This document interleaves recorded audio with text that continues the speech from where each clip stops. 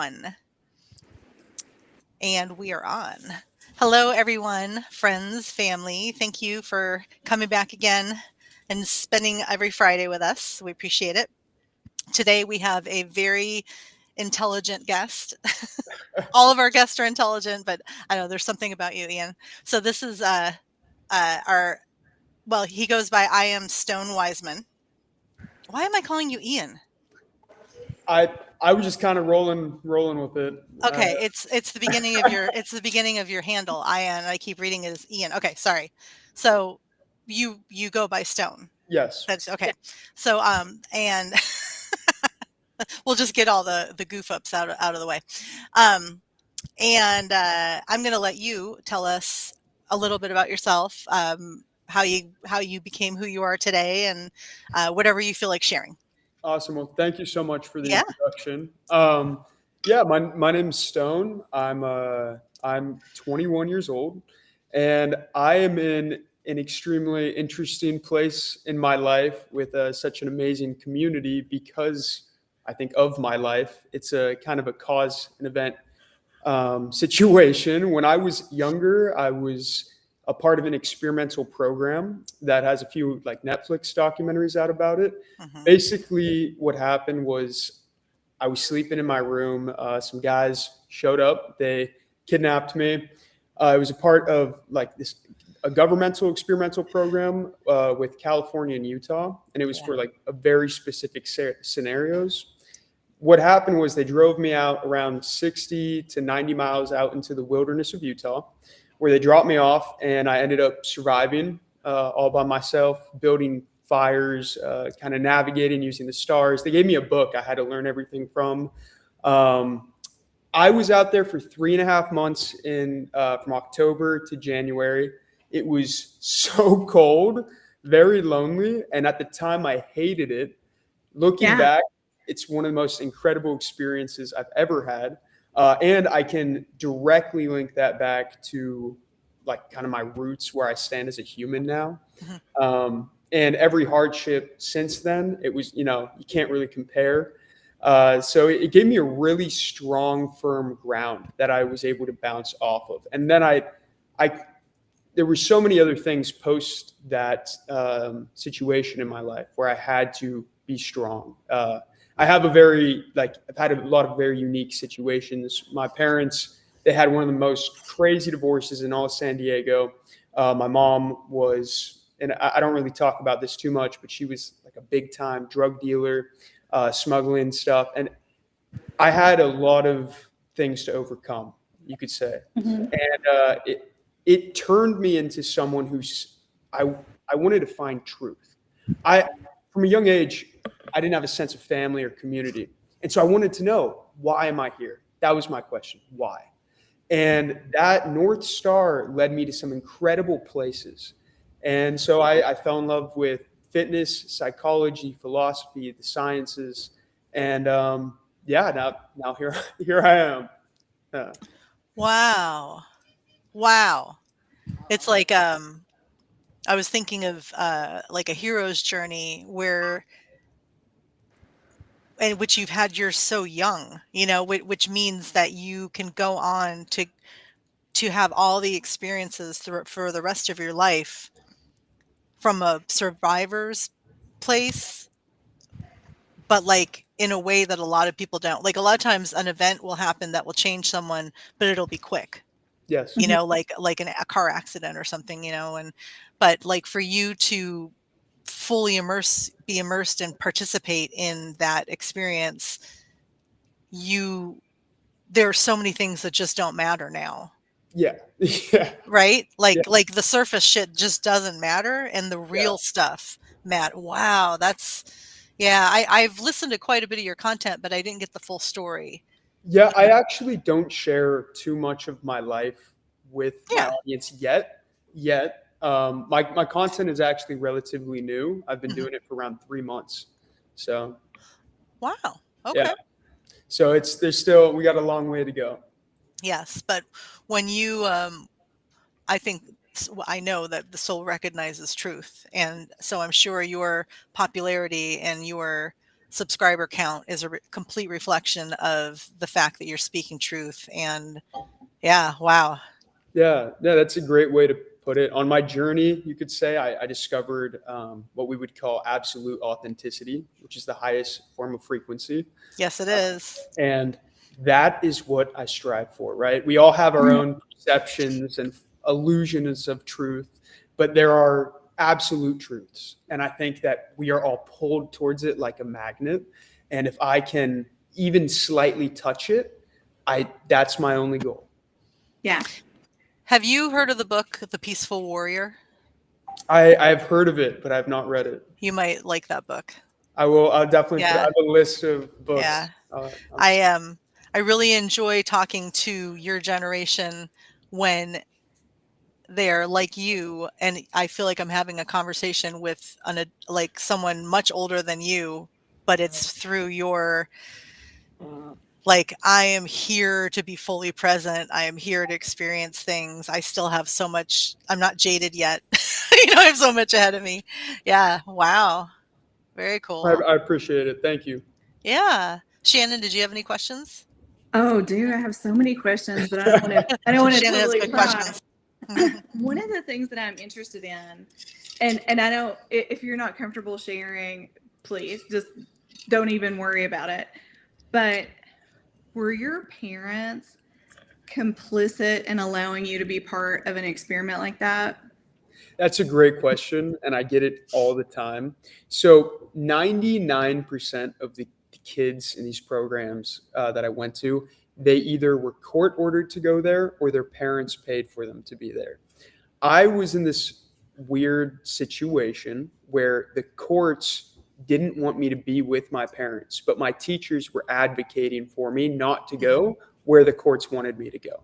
So they posed a question to me months before I got kidnapped, and it was, hey, there's a survival camp in the wilderness. Would you by chance be interested? And I said, oh, a survival camp, that sounds cool. That was the first and last I heard of it until I was being drove off to Utah. Yeah.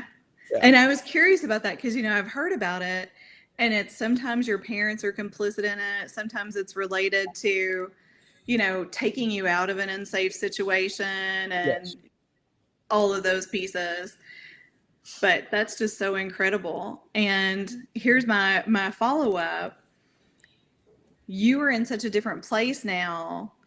Do you still retain ties to people from your childhood?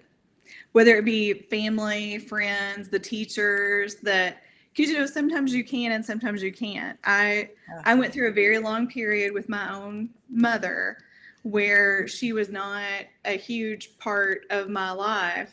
And then we reconnected later on and things were much different. And that doesn't happen for everybody. But have you been able to retain any of that? Or is it a situation where you feel like that propelled you into this phase totally, and you are your own new life, new path, new phase? What a great question. I love it.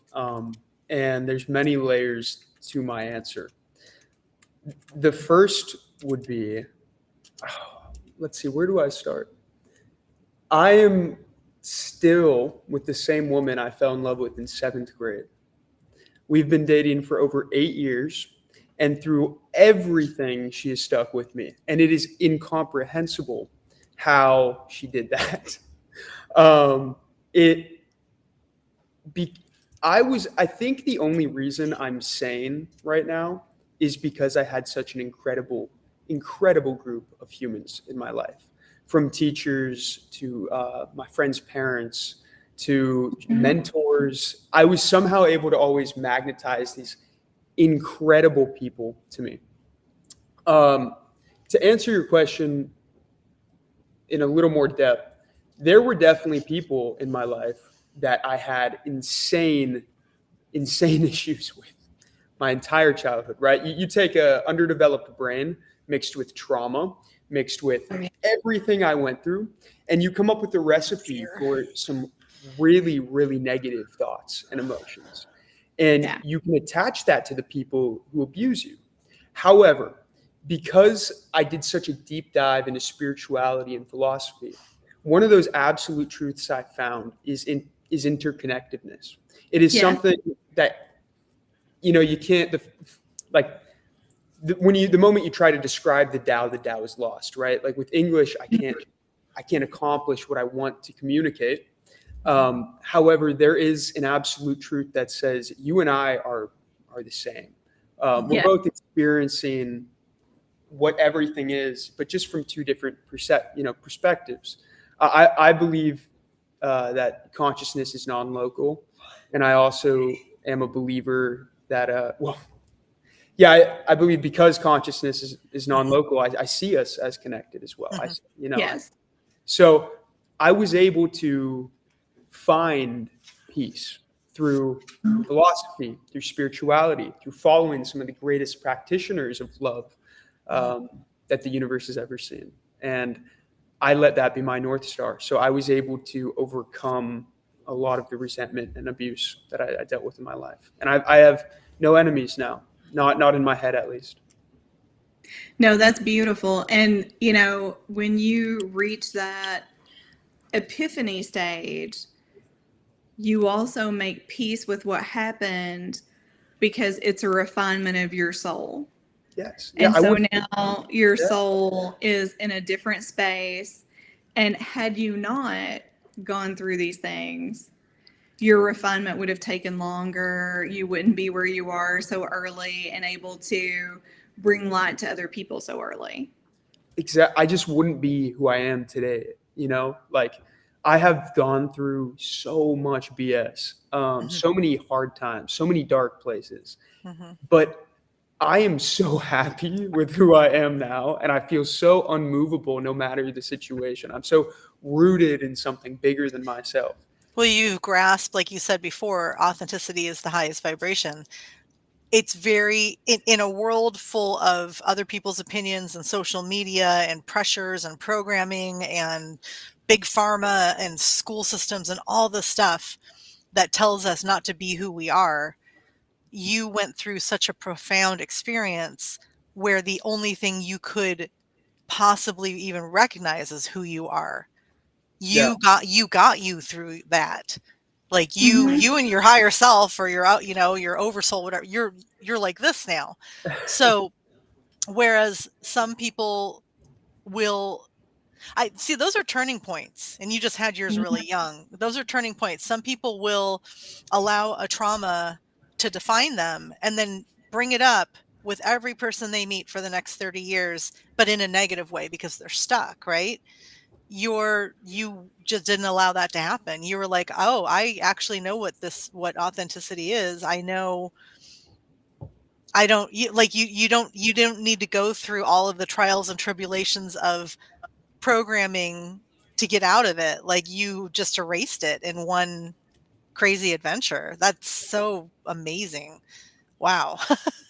I think philosophy and study, like education, is such an important part of this story. Like it's so important because I, for a long time, was a mess. Like for a long time, had a lot of issues, but it wasn't until I started educating myself on what every society is taught on, ancient scripture, religious texts, and then sifting through it and using that pattern recognition we talked about earlier and finding those absolute truths. It wasn't until I was grounding myself in those truths that I was able to overcome everything. And like, that's why I want to teach people, because honestly, everyone's kind of saying the same thing the more you look at it.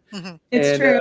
It's like when you know those truths, it's like that's game. But people really need, some people just need more of a journey to get there. And a lot of people need physical proof.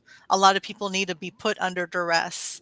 That's why a ton of spiritual awakenings happen after a death or an accident, or, like humans are, I guess, we're rough, like we need to be shaken to our core to be proven that we're still supposed to be here.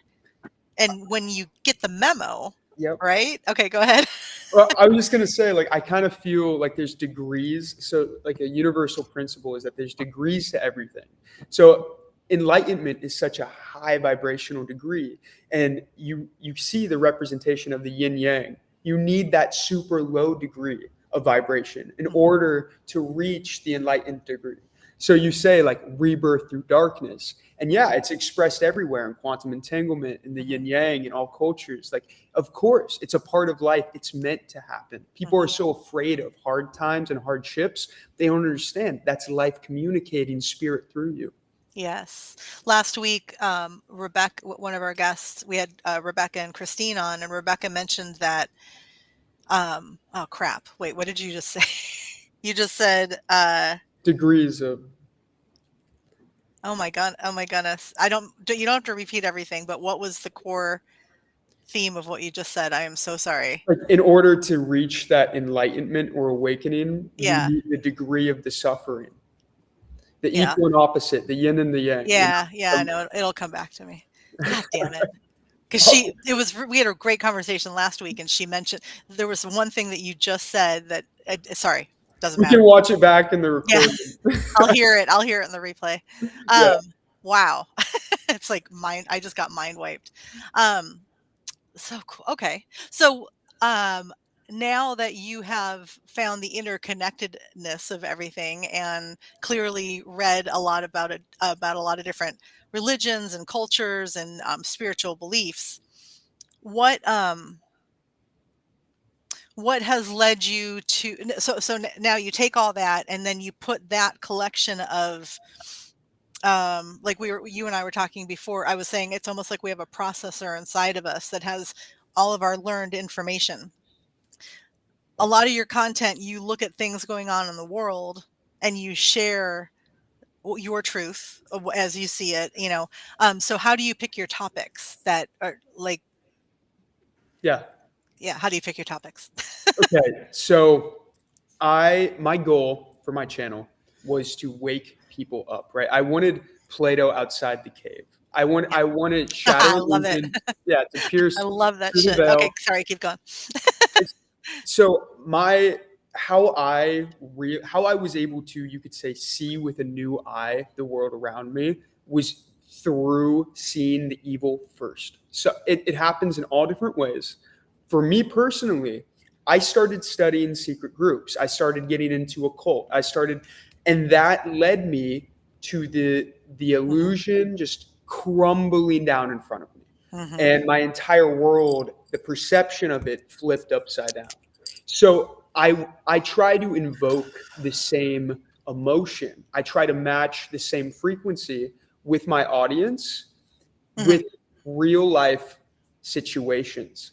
Hey, you might be a lot more special than you think, and here's why the top 10 most powerful people in the world are designing, things to keep you from knowing that. Right. And like, how many times do they have to do their best to keep you controlled for you to understand you were never meant to be controlled? You are so much more than what you've ever been labeled. Like, you got to remember, language is a human creation. You're not of human creation. Yes. Wow. Yes. Yeah, I was having a conversation with Z, who's on here, with Shannon's nephew's husband. And I don't remember. I think he asked me where is your higher self, or how do you connect, or something along those lines, right? And I was saying, imagine yourself,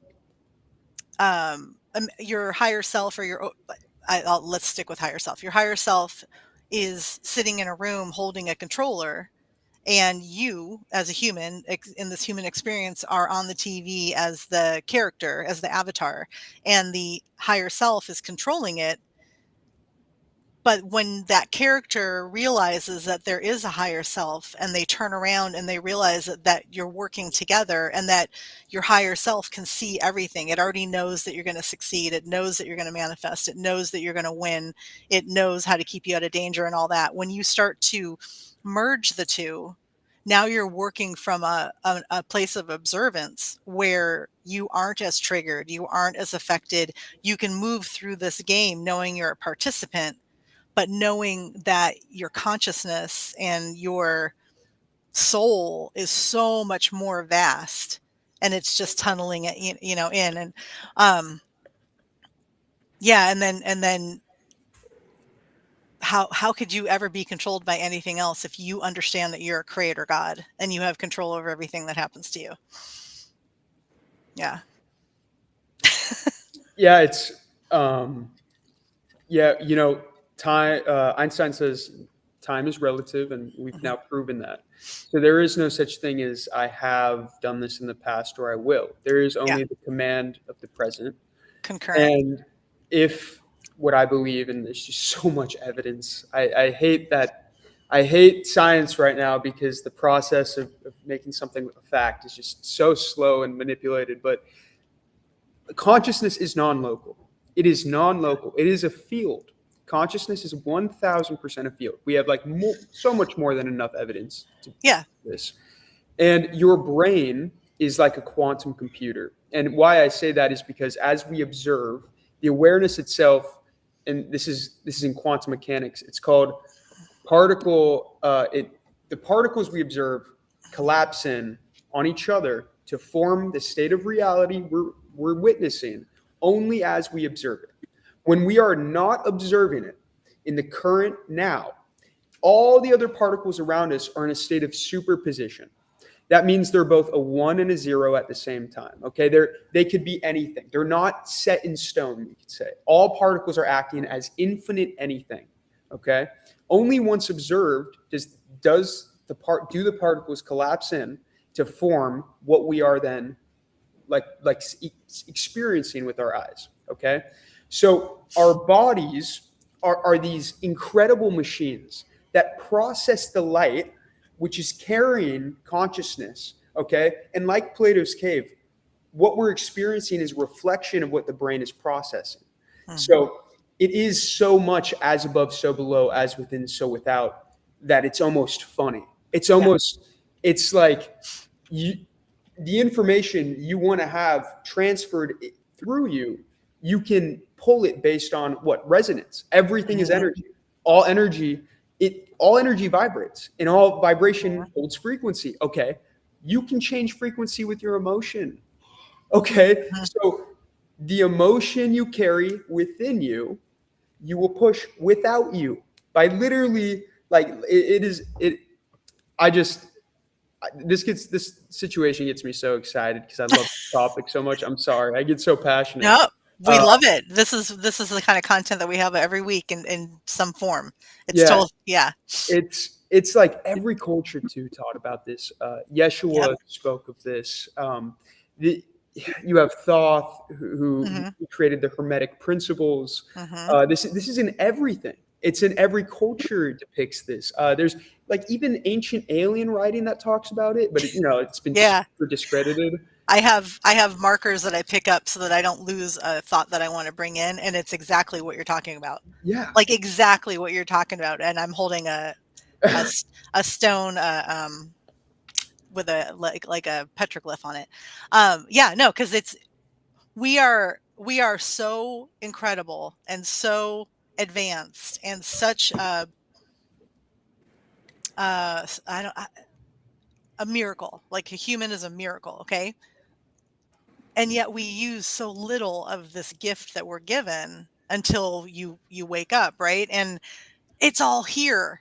Yeah. Every artifact Yes. that has a third eye on it and all of the petroglyphs and everything, like the information's right there. Like why are we questioning it? If we can find the same writing in deep in Mexico, also in the Middle East, also in Egypt, also in Canada, all the petroglyphs were similar, and there's no way that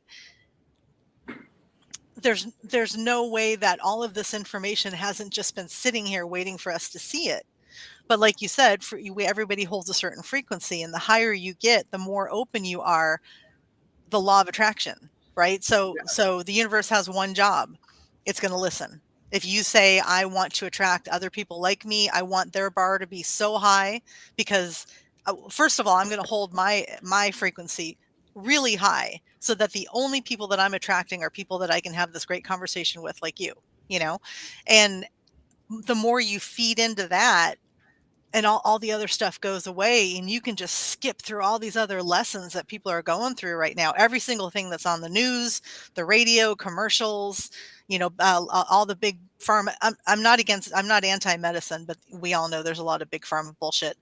And it's like the more you can unfuck yourself, the more you're going to understand authenticity. And now you have room and space, and now you start studying ancient books and temples and religions and carvings and it's so connected. It's so beautiful. It's all connected. It's all connected.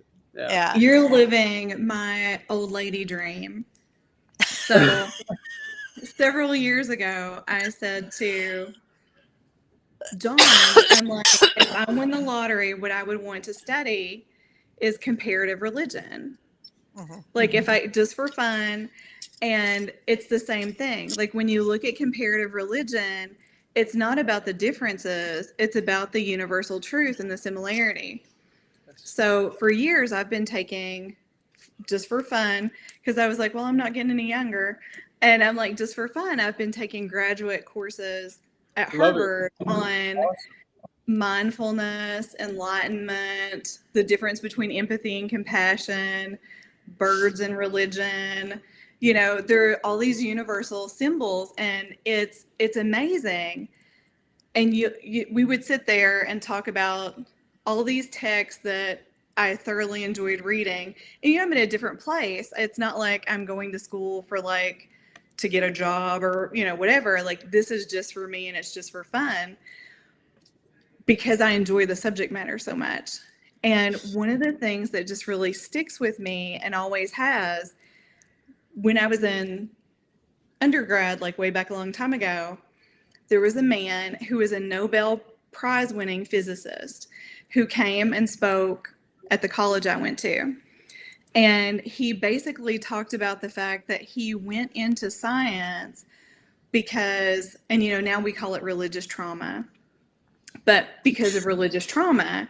Yeah. And he's like, I went into science, I wanted facts, and he gave this speech that ultimately was about how when he progressed to Nobel Prize winning physics, and it was around particles, it was around quarks and particles and different pieces and how they behave, that it was so incredibly patterned that nothing that orderly could have come from chaos concept. That there were so many things that were so aligned. And so when you speak about that and you look at the laws of physics, the Hermetic principles, what Isaac Newton was writing about back in the day, they're all so heavily aligned.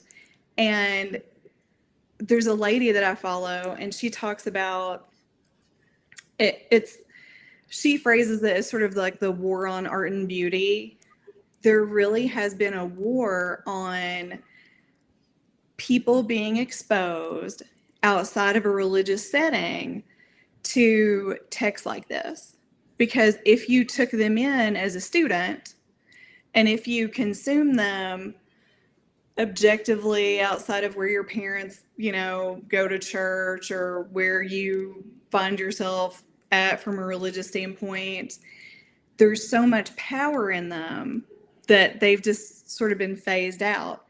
And I think that if you could give people a required reading list, that would be amazing, just so that we would all have, a few common threads in there.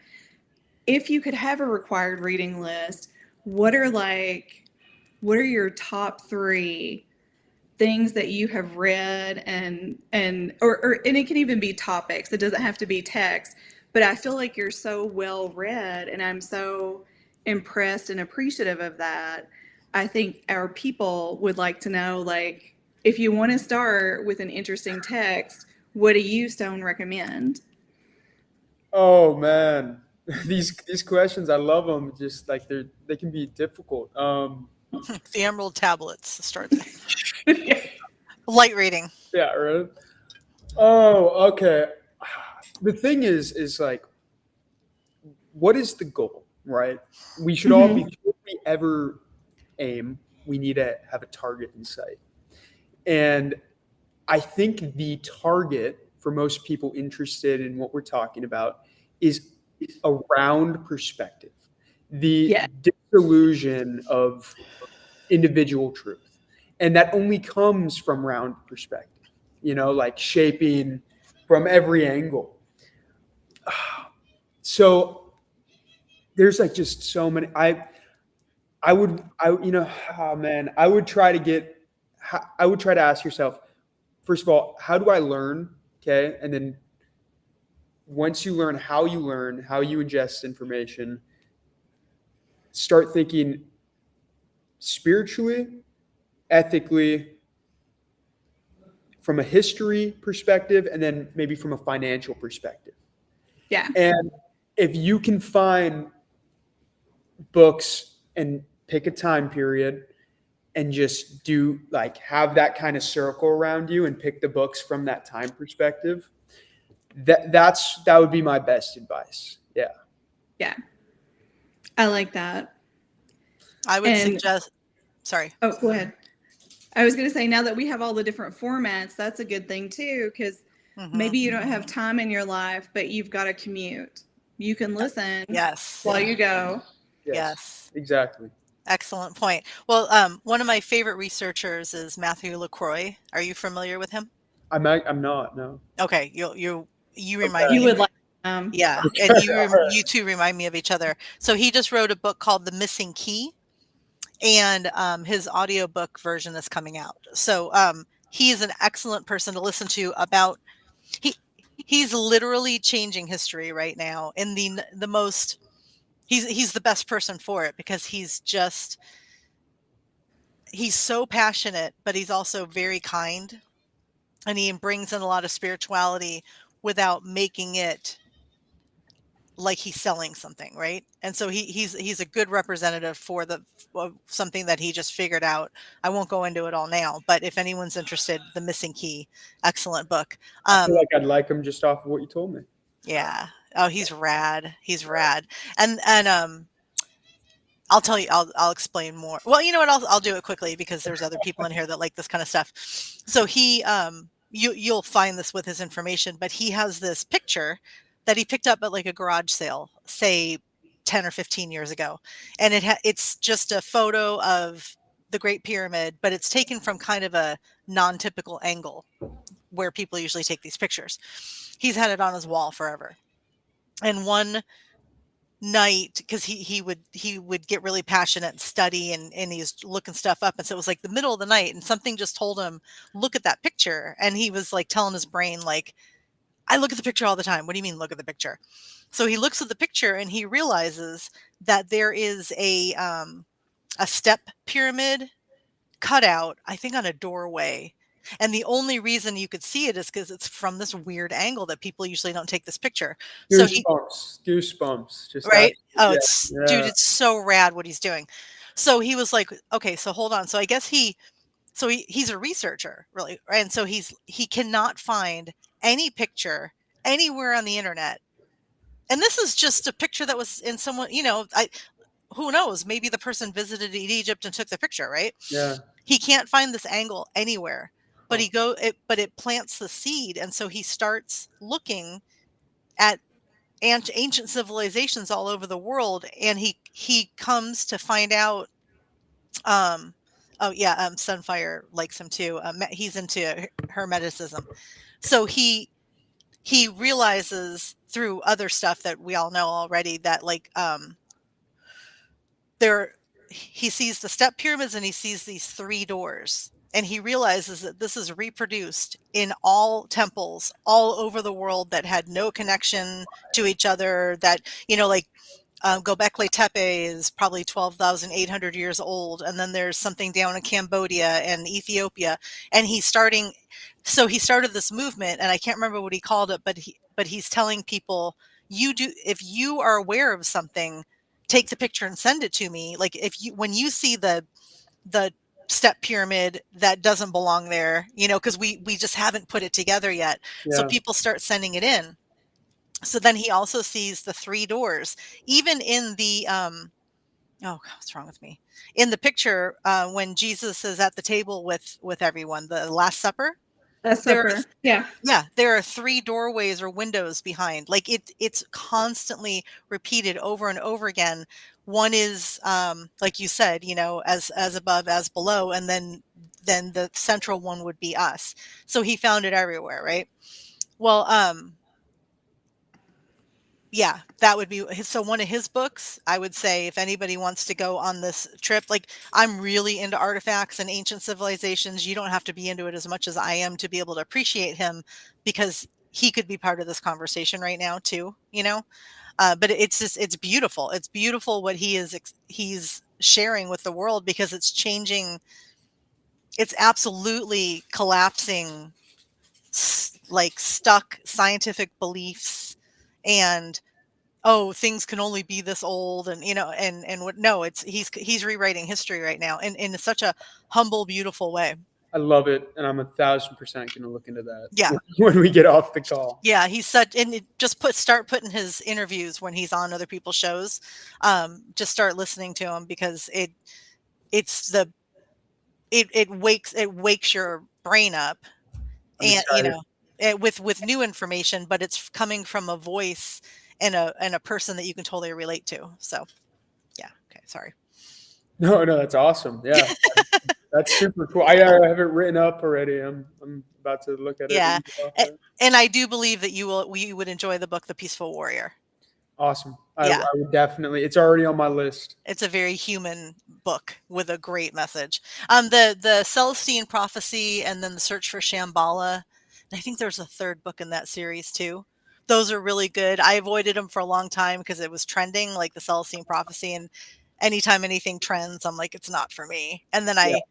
a girl, I was working at a restaurant, and she came around the corner and she's like, "We're reading this book in my class. It's so amazing. And I keep thinking of you." And I was like, okay, you're like the 5th person that's told me to read this. I look at the book in front of me, and I basically had picked up the next one, which is The Search for Shambhala.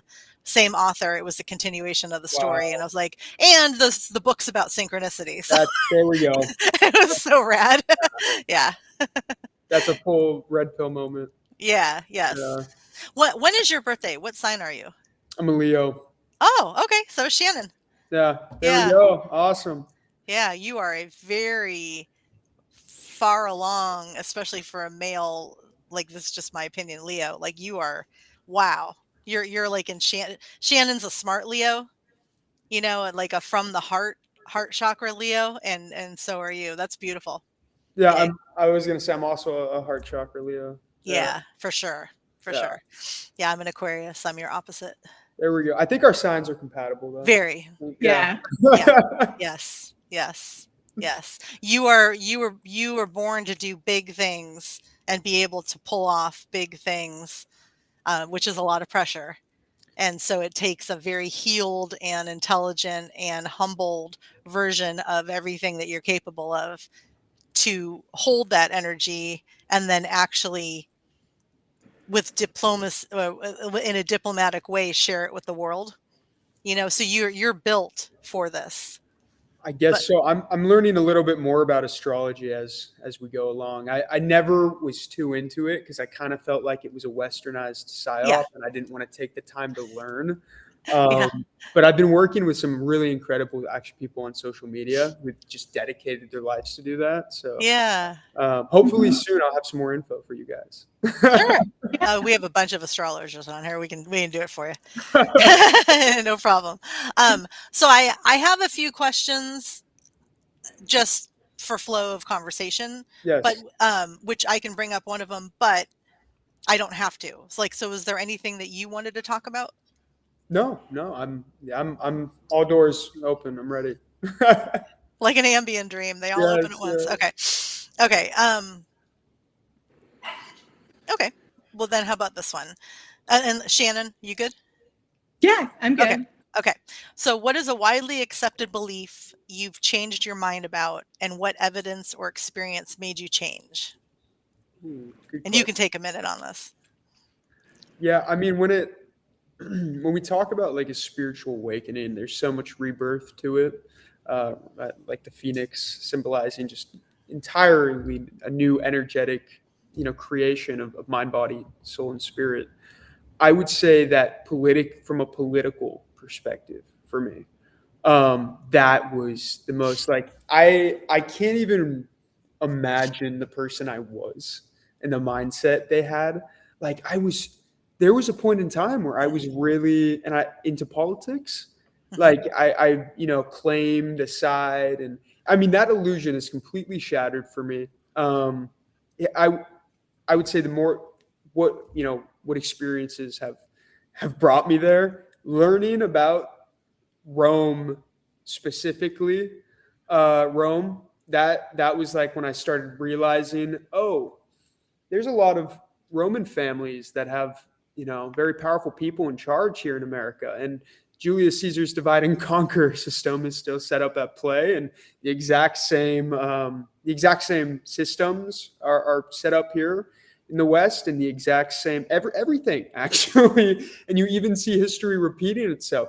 Rome had the transgender situation hit Rome hard, and right after they started doing Colosseum shows right in front of the king's chambers. And so it's very interesting, just how the more you study the systems that have been built now and kind of trace them back, you can see why they were built.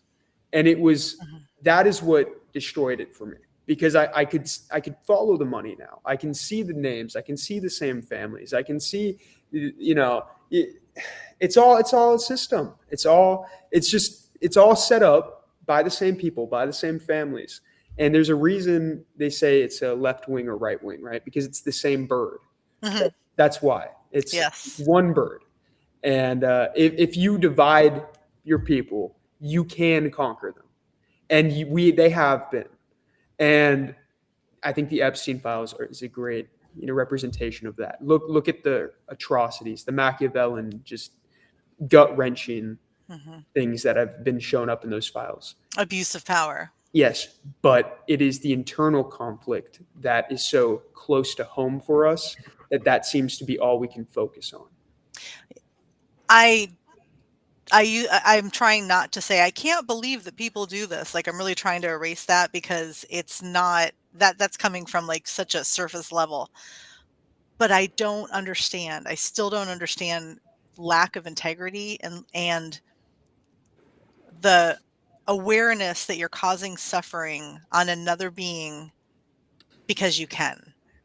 And everyone has a choice, and so what empathy gene, or what are people lacking, and how can there be so many of them lacking the same thing? Like, is it because it's a group mentality thing and everyone else is doing it, so it's okay? Like that's what, like, the Epstein files eventually is going to be a course that you can probably get a master's degree in, because it's so multi-layered, and it's such a lesson in human, what the depths of human thinking, and I don't know, but yeah. Well, I'll say there's this: moral depravity at so many levels. But one of the things that's an interesting thread, that like the moral depravity and the harm to humans, I think a lot of people focus on. But one of the really interesting overviews and themes throughout the Epstein files are, who did he spend his time with? Stephen Hawking, the top scientist in the world. What was he interested in? Financial systems and people who are at the top of their field in physics. Yes, anti-gravity work. Work. Eugenics. I mean, he worked with a lot of ex-Nazis. I was going to say, Hitler. He sounds like Hitler, yeah. They were contracted by American employers. And I think we look at the exploitation sexually of people, and that's a piece of it. But that was more of a means to an end to get access to high-level knowledge in these other realms. That's the part that a lot of people miss when you look at it face on, because there's so many horrible things. It's hard to go up here and go, wait a minute, all these horrible things, there are these other threads that are things that, like, if you're looking at it, him having a group of people and Stephen Hawking and all these other people like on the island, and his long-term relationship with Bill Gates, the man who's buying up every farm in Europe and changing the way that food is made and grown. Like, it's a lot heavier than where they keep focusing the masses. Well, and the mass, that's the distraction. That's so it. Yeah. That's the distraction. Wow. I mean, that part is like beyond horrible. But if you ask someone on the street, that's the part that they'll tell you. They don't tell you that there were all of these global systems involved at the highest of levels in every one of them. Yes. And it's like a lot of those systems you're mentioning, we don't learn in school. We're not taught about. None of my friends, like when I started making videos about like the Trilateral Committee, I mean, that's a group of financial asset managers, nuclear policymakers, Silicon Valley CEOs. We're like the most powerful people on the planet. And that's like one club. There's many clubs. There's the club of. I mean, look at Dialogue. Yeah. That one is really out there because Peter Thiel's Epstein was in Dialogue. Epstein was in Dialogue. Yeah. And totally. And it's like, you can't, our focus is so controlled and shifted. Like they grab, where awareness goes, energy flows. And they grab our awareness, and whatever they want to throw it on, they can. And they can now tell us that they're doing it because it doesn't matter anymore. It doesn't matter anymore. Yeah. And speaking of awareness and where everything is, what are your thoughts on all the disclosure related to UAPs and alien races? That is an extremely heavy question. That's a big segue. I don't want to like step on toes here, but I'm very like, I have a strong opinion about it. Well, let's first start with this. Okay. I like to always state, let's take a step back and let's just think at the third grade level. How many alien species are they saying there are? How many? We don't know. But they're saying there's more than one, right? Yeah. Right now, I think there 4 is the number that's like okay. Who has decided that they know that? That's hilarious. It's just us. It's just us in a higher. Okay, go ahead. So they are giving the number 4, but they're actually describing the different species. Like they're saying there's like an insect one. Oh, reptilian. Reptilian. And so that leaves us like, again, this topic is so layered. We could spend the next 3 days talking about it. And trust me, I do not have like a black and white view on it myself. Yeah. It's just fascinating to me because, again, if they're shifting our attention there's, the whole PSYOP component versus the piece that I think we all know to be true, that like really in the vastness of the universe, like we're it. No, I don't think anybody believes that, but so there's a lot of layers. Exactly. And like the thing there's so many ways we can go into this conversation, but at a face value, and so many people are skipping this part, really. Okay. They told us there's 4 species and they've obviously been here. Okay. So that leaves us with 2 main options. They are either all peaceful and they don't fight amongst each other, or they are and have been at war. That is the only 2 options that there are. There are no other options. Now, they are not out in the open.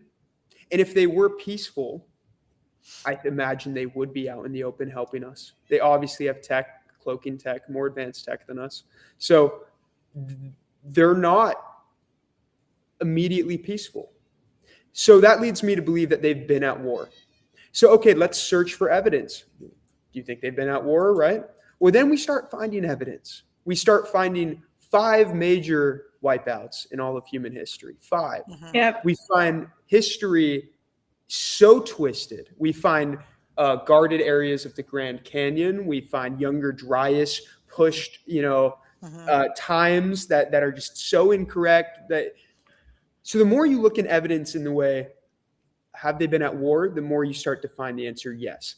And then when you shift to a perspective of if these interdimensional things have been on war here at Earth, then it all kind of starts making a little more sense. Mm-hmm. And yeah.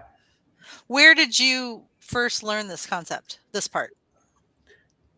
I just thought of it. I like just I was just kind of like thinking. Because to me it's like it's either they're all peaceful because there's 4. It's not like there's one. They're not telling us there's one other species. They're saying there's 4. There's 4. And so it's either they're all peaceful and living cohesively, or they've all been at war trying to get something. They're not just all here and doing nothing, right? Like we can't just like pretend like they're just all here. They've been hiding the whole time. Also, normally peaceful people don't have to hide. That's just something else. Mm-hmm. And what's in it for them to hide? Because there's this whole thing where there are a whole lot of people that are like, oh, it's the government. Really? Yeah. Like subduing people with superior tech? I don't think so. Yeah. So it's like it's very interesting. It really. And then look at Epstein, and he had an obsession with eugenics and lost civilization. Obsession. So did Hitler. And what was directly linked with Hitler? Alien UFO experiences directly tied to Antarctica. Directly. Yes. And all is connected. It's all connected. From a history point of view, from a scientific point of view, from a modern day disclosure point of view. Yes. It's all connected. Yeah, that's so when you talk about the 4 races, see, I haven't heard this part. Whoever they is have decided that there's 4 races. That tells me that they're just clicking off the 4 archetypes that human brains need to settle on. Yeah. To be like, okay, so there's a horrible one, there's a good one, there's a benevolent one, and then there's one that gets forgiven on Sundays when they go to church. Like 4 races. Like it's so funny. Yeah, it's like it wasn't enough for them to say there's aliens here. Like there's 4 different. Yeah. Well, we do know that there's a lot of things flying around that the government clearly has put out there, and there are horrible inventions of like, I don't know if it's sonar or what, where they blast it into a crowd and it scares everybody and they all fall down and they go into like a dark place in their thoughts. Like there's all of that coming up. Tons of energy weaponry. Yeah. And what do you need to be controlled? Everybody needs to be scared of the same thing. Yeah. But then I always go back to anger masks fear. And so if they can get, like, we're a binary system, everything, at least, especially in the United States, but pretty much on Earth, male, female, black or white, whatever. And so that's the way that our brains must find comfort. I'm not saying I agree with all that, but it's so consistent. That's how we're programmed, right? And so it's funny that they would give us like, well, there's 4 races then, and it's just enough to try to get information on, but it's not too much to overwhelm everybody. I don't know. I think as energy healers and people who are aware of frequencies and people who are aware of Reiki and all these other things that you can physically experience, that sets you into a different place of where you've actually physically experienced something. So a lot of the fear is gone. And so when faced with the situation where you might encounter a being that is not familiar to any schema that you have already, I'm not saying that I don't want something to walk into the room right now, but I feel like I would be a little more prepared because I'm open to the fact that there's no way that we're it. First of all, that's so narcissistic. But also that we, like you were saying, that everything repeats itself because we have these scientific timelines that the Sphinx was, built I don't even know what the actual like decided date is right now, but then they're showing in the way that the ancients built things facing the Pleiades or facing the dog star Sirius, and then temple entrances facing in those directions too. That's why they believe that the Sphinx actually had a lion's head, because it faces the constellation of Leo, which takes it back 12,000 years, or actually it probably takes it back 2,400 or 24,000 years, because when you look at the younger Dryas and like a meteor impacts that and water levels rising, it's almost impossible that it was built in the time that they're saying it now. So there's there we have been an intelligent and technological society for way longer than we acknowledge right now.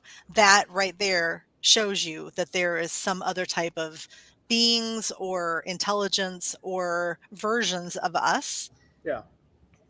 We are without a doubt one of the most least advanced civilizations ever in history. Undoubtedly. And I don't even like to get conspiracy theory. Like, let's just go strictly science. Like, we see less than 0.001% of all visible light. Yeah. That is what we see. Mm-hmm. Yes. There's a lot more out there. There's a lot more. Imagine what you don't see.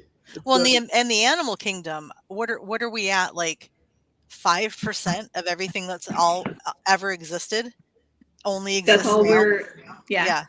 Yeah. And then there are still things that exist now that we're just categorizing. Like, I honestly didn't know. And my husband is like an animal dude, arborist. And I didn't know that we didn't have ants separated by category until like the last couple decades. Ants were just ants. And, there are all these things that we now are starting to understand. And I feel like, because I'm also obsessed with DNA, not in a jacked up Hitler way, but just because it's interesting to me that we have so many genes that aren't active. So at some point in time, we needed them. And it's just like they think about your prefrontal cortex and your reptilian brain and all these different parts of your body, like tonsils. Do tonsils have a use or not? And that's like very hotly debated still today.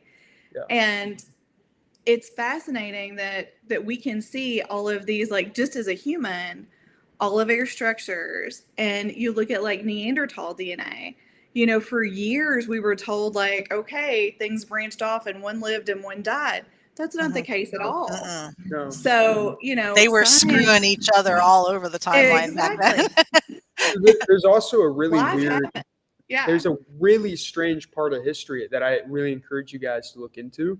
And we can literally find an exact point in history, like an exact point where our DNA changed. Yeah. It was altered. It was altered. Like, and we have proof. Like, right. And we just skip over that part. It's like we just like totally skip over that.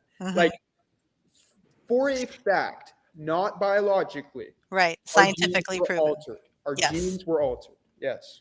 I think some people believe that was the Anunnaki. I mean, the Sumerians wrote about it in stone tablets. They did.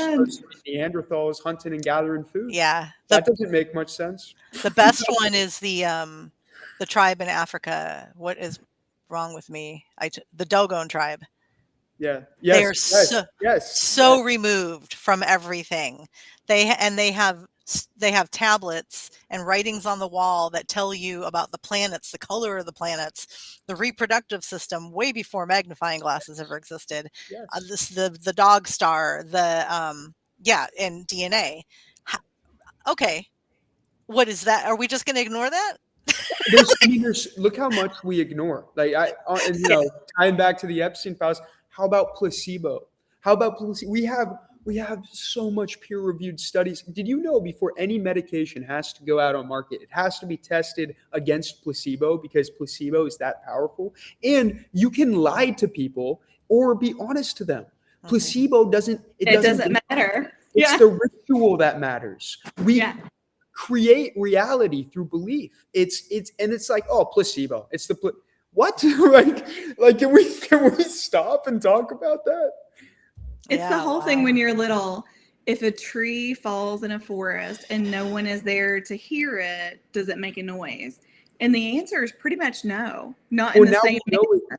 We now know for a fact because of particle wave collapse. Particles live in a state of superposition until they're observed. And that's now a fact in quantum mechanics.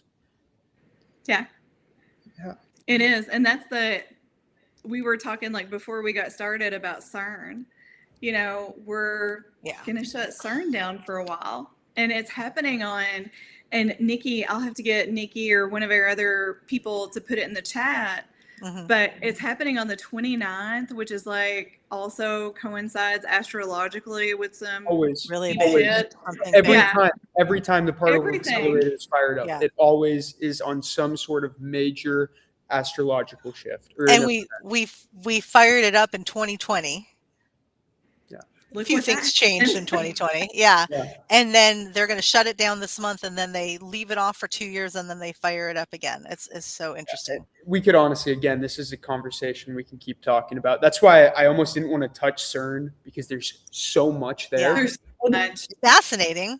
It's fascinating that we have that, and we can let it go and move on to something else. But it is really impressive that there are brains that figured out how to create a big bang so that just for a few seconds they can study what happened. Like it's incredible. I don't know if it was us. I really don't know if that's us. And I mean, we discovered the God particle, and then we discovered it. We wrote about it. We awarded prizes for it. And then we also just like quietly back up and pretend that it never happened. And Nikki's right. Like, who counts as an observer? Only humans or any consciousness? I would argue any consciousness. Yes. But the perception would be different based on how that consciousness is grounded at the time. Like if your consciousness is a tree, if your consciousness is an animal. Exactly. Yes. Yeah. I mean, that's my own personal take on it. And it aligns with science. What you just said aligns directly with science. And like, we'd have to go into like how light travels. And if consciousness is a field, then it would be pulled through light, just like sound is, just like all wavelengths are. But yes, exactly. Like consciousness is non-local. It's not relative to us, and it's within everything, but there's certain degrees of consciousness. Exactly. Yep. And there's a whole thing. And if you guys follow Popular Mechanics, because I'm old school and my dad used to read that when I was little, and they have a very nice piece on Popular Mechanics right now about time not existing in certain places. Like, we know it's non-linear, but there are now confirmed spaces where there is no time whatsoever up here. And right, that I mean, because the world is mental. It's like, look at menopause. We experience that. Yeah. And like psychedelic trips too, you know, you there's all these substances where people get stuck for years, and you'll hear stories about people coming back after 10 minutes from something like salvia, and they will experience they'll be married a whole lifetime. Yes. It is all relative. All time is relative, and it's all mental, and it's as above, so below. Yes. So you can wake up, or you can take ayahuasca. They both will get you there, right? Yeah. Oh, jeez. Yeah. I'd rather take the latter. I think the ladder's waking up. Yeah. Yeah. Yeah. Okay. Well, I put up another question. If you feel like taking this challenge on, we're living in a time when information is everywhere, but discernment feels rare. What's your personal process for deciding whether something is true, partially true, or simply a compelling story? Oh, great. Awesome question. Because you put out a lot of good content. Yeah. So, yeah. Yeah, this is great. Okay, sweet. So first thing is what we've talked about, authenticity. You can feel it. Okay. Mhm. We live in a material world, but we are spiritual beings. Okay. Just like I can use a cup to put water in, that's material, I can use tools that are immaterial. Okay. Mm-hmm. Feeling authenticity is a tool. Intuition is a tool. These things are a tool. Like detectives, they learn so much about someone that reality tells them who they are. And it's called a hunch. It's called a detective's hunch. We see it all the time. We put different labels on it. So that's Mhm. first. Be drawn towards it. Be pulled towards it. Have your magnetism lead you there. Then, once you pick a topic after that, number one, follow the money. I don't care what it is. Follow the money. Who is funding it? Who started it? Who has the backing? 90% of the time, that will answer most of the questions. Then geopolitically, look at the world around it. What is happening in the world? If there's something crazy happening, go back to step number 2 and follow the money. Mhm. that's like, I always, whenever something pops off, I always look at what that distraction's for yes. because there's something way bigger happening. Okay, keep going. Yes. And but the thing is like we're in a day and age where the moment you're born, you get a social security number, and that's going to dictate Mhm. everything that you rent out from the government. Isn't that Your- crazy? yes, your Yeah. house, your car, it's all money. Everything's money. So the only reason people are doing things is for money. Mhm. It's for some sort of financial gain or structure or manipulation or control.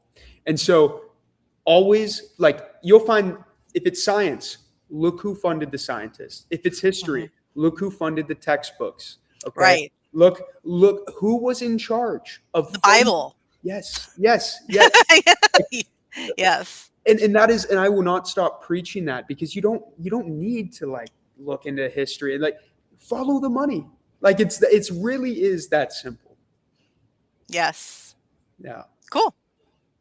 So that's how you those are the passionate topics that'll, like, if they fit, if you can filter them through those 3 Yeah. and they all have strong pulses there, Yeah, then the story builds itself when you follow the money. It's like then you get the same names, you get the same families, and you get the same organizations and mhm. businesses, and they're all funding the same things. And so then you can start there and reverse engineer your story, and then you can see it in crystal clarity. Instead of like diving in and figuring out, start Mhm. within and go without. Yeah. Like, it's interesting, this is random, but it works here. There's a show that I actually really got into, it's called Widow's Bay. It's hilarious, and it also has, like, a spooky component to it, but not too scary. I don't like scary. But it's this island that has all these, like, this folklore, and in this show, it all starts to come true. But the way they figure it out in the end is they trace the DNA back hundreds of years Whoa. to see if somebody is still living from that original DNA, because that seems to be the core and the problem. And what you just said just totally reminded me of that, because I like in school what was the family that starts with an R? In Rothschild. The Rothschild. and then the other ones were in Europe. Where the Rothschilds were also in Europe. Yeah. Yeah, They were everywhere. I mean, there's like The a the hundred. bourgeois, maybe the the bourgeois. Medici. Yeah, like where they had bridges built over the town so they didn't even have to walk amongst the people. Like, we have always, well, even a ton of the priests in town, they would live in a separate location with a giant wall around it so that they didn't get the plague. Yeah. And all they were doing is self-isolating, and that's why they weren't getting sick. But it seemed because, like, they were godly and but that was also your only source of information, and you were programmed to believe it. We're still living like that. Yeah. Yeah. Not a lot has changed. Yeah. Interesting. Okay. Well, I put up a follow-up question then. What's a widely accepted belief you've changed your mind about, and what evidence or experience made you change? Life. I think the issue with most people is they don't value their life. What evidence or experience? My entire life, I saw it within me. I never, growing up through all the living in the wilderness, fighting and battling the systems with my parents through isolation, community, I was always looking to see who I was. Like, oh, who am I? But when I realized that is a trap, the self-identifying question is the trap. And then I realized that I was created by some sort of creator. There was some sort of creational energy that I am. Then I realized what my life was. And I realized that it was an opportunity for me to express what I believe I am authentically here. And then I stopped sleeping in. Then every moment wasted of creation was a moment lost. Then I realized that I should be running around like I'm on fire because the clock is ticking. And every time I see someone battling with depression or abuse or something, it is always the lack of, they feel like they're not worthy. They feel like they're not good enough. They feel like they need something else. We are everything. We are so incredible, and we are given everything we could ever ask for, want, and need. And it's a lie. It's all an illusion. And they say fear is a weapon. That's because you are open to low vibrational diseases, entities, things in your life happening when you're in a state of fear. Yes. When you don't believe that you are worthy, when you don't believe. So life is the belief. I believed that I was just a human that was born from reproduction and that. I have a Fibonacci spiral on my finger, and it matches the universe that we're looking at, and it matches the flowers in my garden, and it matches the water in the ocean. It's all mathematically the same. That is my creator's signature, and I see it within me. Beautiful. Yeah. And to get to live as a human and experience the good, bad, and otherwise is a gift. Yes. It's a gift. Yes, it's all a gift. It's all a gift. The only thing that was ever required of us was to survive. Everything else has been a gift. Yeah, survival was the only requirement. So everything that you just said, I kept hearing, instead of investing outside of yourself, you're investing in yourself, which As above, so below. Yeah, which is discernment. Yes, and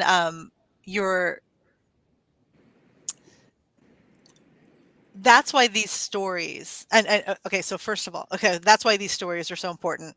We didn't gloss over what you've been through without the reason I didn't immediately say, "Oh, I'm so sorry," and because you've heard that you've heard that for the last 5-10 years, right? Okay, so as soon as I heard the parts of your story that you shared, I was immediately aware of your strength and the fact that you are a leader and a survivor and not in victim consciousness, and that you have resilience.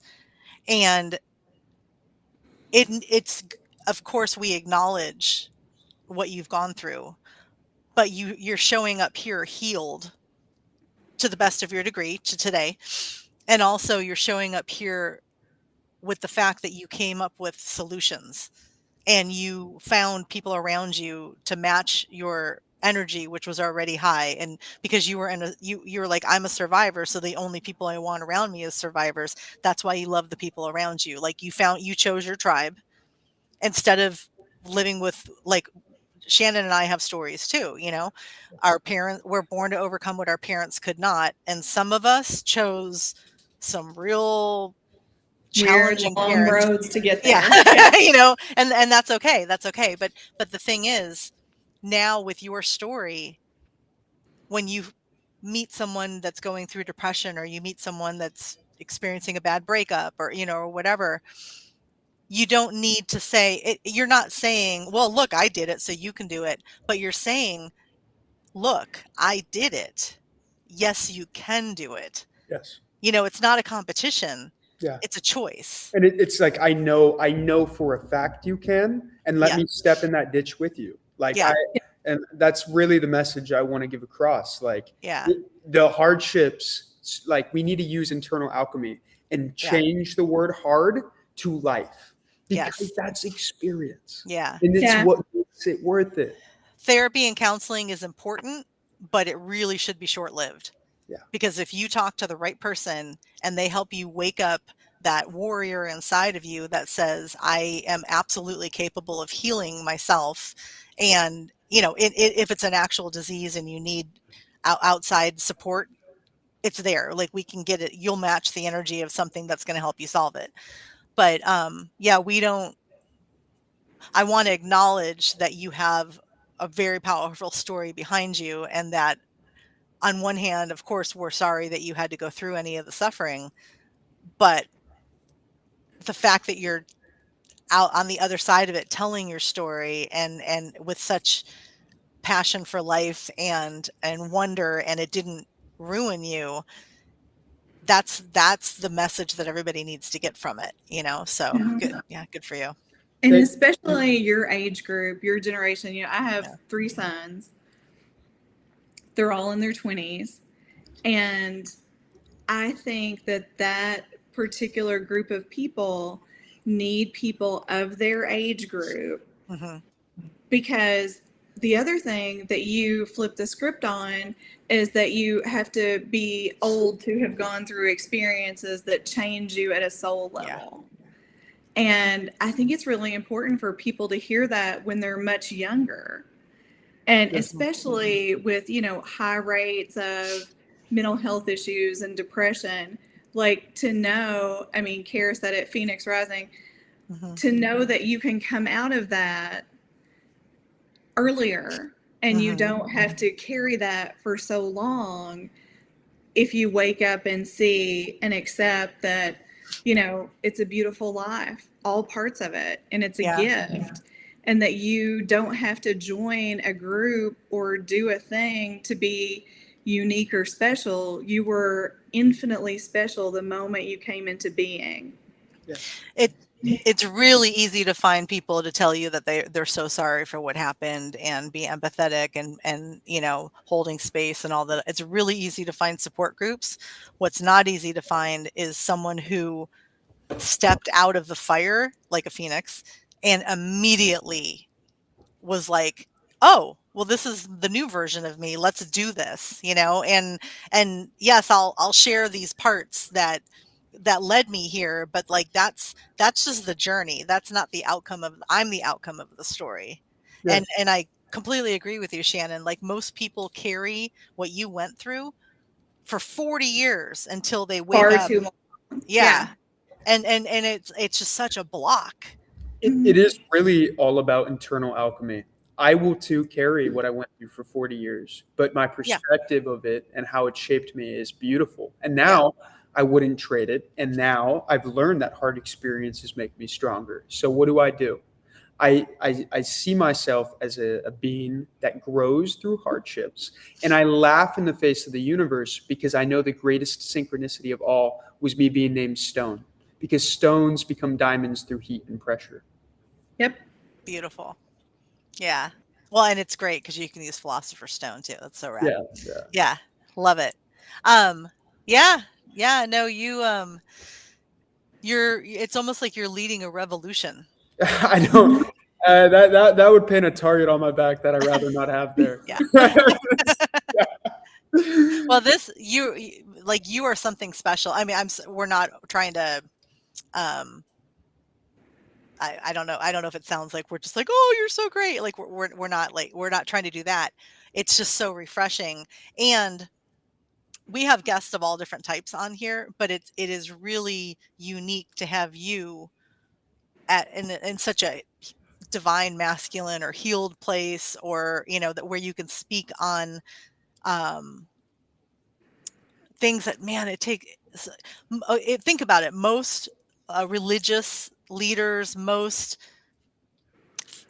teachers at like a really high academic level, so many people are like 50 and above in order to be able to have this conversation and dialogue, and not even just have the conversation, but actually have really contemplated and read and discussed leading up to this.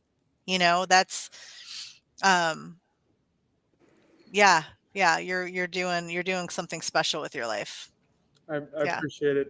I like I said, I do have like consistent pressure that I feel like I should be running around like I'm on fire. And again, it's like I have been through so much, so I hold myself to a higher standard from it. Yeah. Yeah, and it's like I'm not going to waste my life. Like I'm not going to do that, and I will lead by example, and I will listen to the people that I've studied my entire life and I've Yeah. looked up to. We need leaders that are compassionate and kind and from the heart Yes, and we need humans. Well, yeah. it's like, where did all the humans go? There are no more humans left. I don't. Yeah, the Botox just more changed them so significantly. Yeah. Yeah, no, you got it. Um, well, we do this every Friday. Like you are welcome to Always welcome. join Thank you anytime. guys so much. I have people booked through September just because that's a passion of mine is finding really interesting people and bringing them on here. But if you want to join any week, just be like, hey, what's the topic? Like you can totally come on, like please, because you'll get the replay will happen right after this, and then a lot of people need to hear your voice. Thank you so much. I Yeah, really appreciate that. and we're still this little um, toy shop where things are still made by hand out of wood, right? But it's because I refuse to sell out, Yeah. and so I'm not No. buying the likes and the subscribe Yeah. and all that stuff. Like we have a really, really great tribe of people that Yes. support this and show up in the chat, watch the replays. Um, I have I have had a very special because I chose it journey where I have just met like a ton of people that are like this is not a brag at all. It's like a ton of people that are important in the spiritual community. I've been in the right place at the right time and met a bunch of people, right? And so I really learned how to network and there's a lot coming. Like the guests are just getting more interesting and interesting and interesting. You are the first person that I didn't actually know a little bit before, which or Shannon before starting this. So it would be really nice to have you. I mean, I don't know what your Fridays are like, but it would be really nice to have you show up often, even when there's another guest, because you're really adding something to the conversation. So I just want to put that out there. I really appreciate that, and Yeah. thank you. I don't take that lightly. Yeah, I have a lot of like ancient artifacts people coming up, and I'll send you some of the content that's coming up, and you might. I think there's a lot of it where you'd be like, oh yeah, I could totally get into that cover. Yeah, yeah, it's rad. Wow. So we're at an hour and a half. Do you want to bring up anything? I'm all good. I do want to say I thank you guys so much for having me on, your show here, and I've had such a fun conversation, and no, you've brought so much joy and happiness into my day today. So I just want to share my appreciation with you too. Absolutely. We need to take you, not kidnap you, but take you with us to Sedona and introduce you to a bunch of people. Yes, I would love to. Just let me Yeah. know. There's you have a lot ahead of you. We didn't bring any of this up yet, but we're really intuitive, medium, psychics, whatever. And dude, your trajectory is really powerful. Like the possibilities and potential, everyone has this, right? Everyone has this. But because you seize it, like you are going to be reaching way more and affecting way more people than you ever imagined. I am. Thus I am. Yeah. So good for you. Thank you so much. It's nice to meet you before all that. You're not going to change, but it's nice to meet you before all that starts. Yeah, right. No, hopefully it's an exponential curve loop here. Yeah. Yeah. No, hey, you already know what the authenticity is. You're not going to sell out. No. You don't go backwards. Like, Yeah, right. yeah, when that wakes up, you don't go Yeah, backwards. exactly. So, yeah, very cool. Okay, well, and funny to find out that we live in the same town. Right? So it's easy. Yeah. I have a wedding cake company and we deliver up North County all the time. So I'll let you know when we're gonna be in that area. Yes, I would be open to Nick, thank you. Oh my! This comment here. I have had Moldavite in the past. that is another crazy story. Yeah. That is like Mine that. Yeah. jumps off. Does Oh. it leave you when it chooses? Like it All right. Moldavite chooses. I will make a long story short. but No, what you don't I'm- have to. Go ahead. This is what okay. I got in, when I got in everything, a Moldavite was obviously a very like Hot pronounced topic. Yeah. Yes, exactly. And so I bought myself a nice piece and I kept it around my neck and as a necklace. And within 6 months, I took a trip to Cabo with my friends. And one of my friends was doing Navy SEAL training, and so he said, "Hey, come work out. We'll do a Navy SEAL workout in the morning." And I used to be a fitness trainer, so I said, I'll sure, take that let challenge. me try it. And I thought I was able to until we were walking back, and I went to the edge of a cliff to take a pee, and I ended up falling 35 feet onto rocks, and my ear came off. I have over 60 stitches on my Oh ear. my God. And Wow. this was last summer, but I didn't bruise once. I fell onto rocks. There wasn't one bruise. I didn't break one bone. And I was out of the hospital after I had emergency reconstructive surgery after 2 weeks back in the gym. They interviewed me. The police interviewed me because they thought I was placed there. They said it is impossible to fall 35 feet onto rocks and not have a scratch on you. It is impossible. Because they carried me. It was like 10 men. They had to pull me up because I was unconscious, my ear and stuff when I fell. The Moldavite left that day. My girlfriend swears on everything. She said, I saw the Moldavite. She picked it up. She put it in a bag. Everything else she said she put in that bag was there, except the Moldavite. Except the Moldavite. And I truly believe to this day that the Moldavite saved me. I think in some way, if it transferred energy, if it, I don't know, but yeah, that it was. So I am good with Moldavite for now, and I think it served its purpose. Yeah. Moldavite is to me, it's interesting with your story. It's a marker because I will lose a piece, but like how I had just taken a bracelet off, put it on my, laid it over my leg when I was driving. Yeah. And then when I got to the destination, it was gone. I ripped my car apart. It was gone. I've had 2 rings. Literally, I just watched one fly across the room the other day. Wow. Because I opened a cabinet. Something fell out of the cabinet, hit the counter. My ring was there. The ring went flying. Can't find it. And then I remembered there's another ring in my house where the Moldavite chooses. Yes. It's like it's a marker for important things in your life. And if you can stop when you lose it anyway, or when something profound happens and you're wearing it, if you can stop and think, what cycle have I completed, or what journey have I started? Yep. Yeah, no, I have tektites everywhere. I'm obsessed with meteorite energy. I have pieces from all over the world. Good. That's so rad. We're like liquid crystals, so Yes. I mean they affect us. Yeah. Yeah, and I like the galactic energy. That's super cool. Yeah. No, it's awesome. Moldavite is so cool. Yeah. Yes. Okay. Well, this is beautiful. Thank you. I'm so. It's been such an honor to have you sit here with us and chat about. And there's so much more that we can talk about. Yeah. Right. Yeah. No, thank you guys. Really, it's like I said, I've had a blast, and you guys brought so much happiness to my day. Yeah. So. Oh, do you want a reading?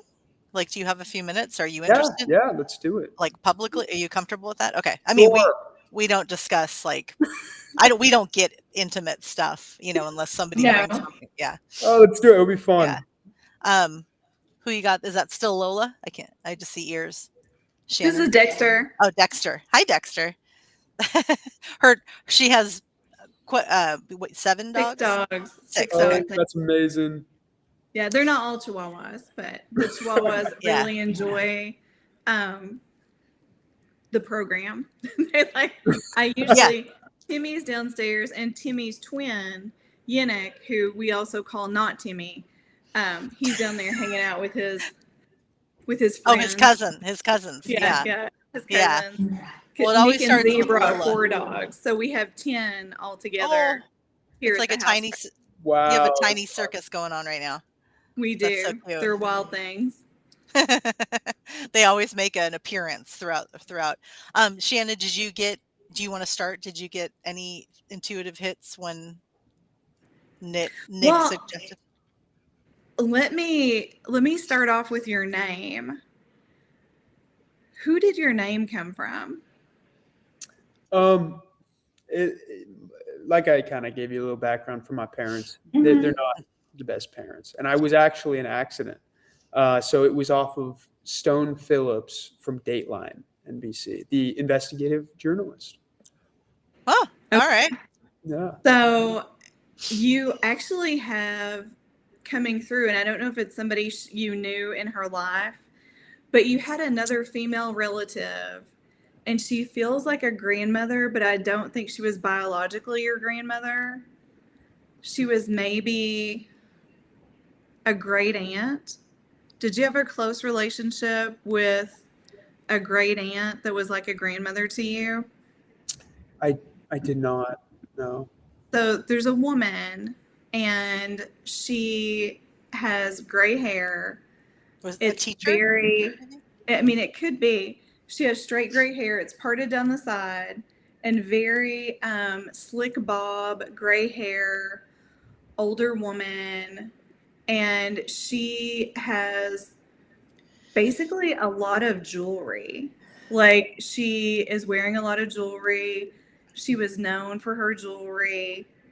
And I don't know if she may be a dead relative that you've seen pictures of, but you have this very female influence who is a dead person who was once living near you often. Have you seen her? Have you noticed this woman? I She no. has, I don't know. she has, like I said, her hair is very straight. Uh, It's very angular, and she shows me different necklaces, and it's almost like she's in some sort of like caftan kind of outfit, and she is near you often. hmm, And she is someone who is not your grandmother, but she has grandmother energy. Did okay. you know your dad's parents at all? No. Did you know your mother's parents? Yeah, but they're both still alive, and I'm close with them. did your did your grandparents or your grandmother on your mother's side find out if she has a sister or an aunt who already passed, and also ask to see a picture of your great grandmother? My great grandmother. Yeah, I actually I don't. I'm just because of my family situation. I'm not too connected with any of my ancestors. I don't Yeah, know. I've tried to, this and this doesn't feel like a biological grandmother. It feels like a great aunt. It feels interesting. like another form of energy around you. But Interesting. she is a very protective female. And what ethnicity? It's a different ethnicity. Hmm. So,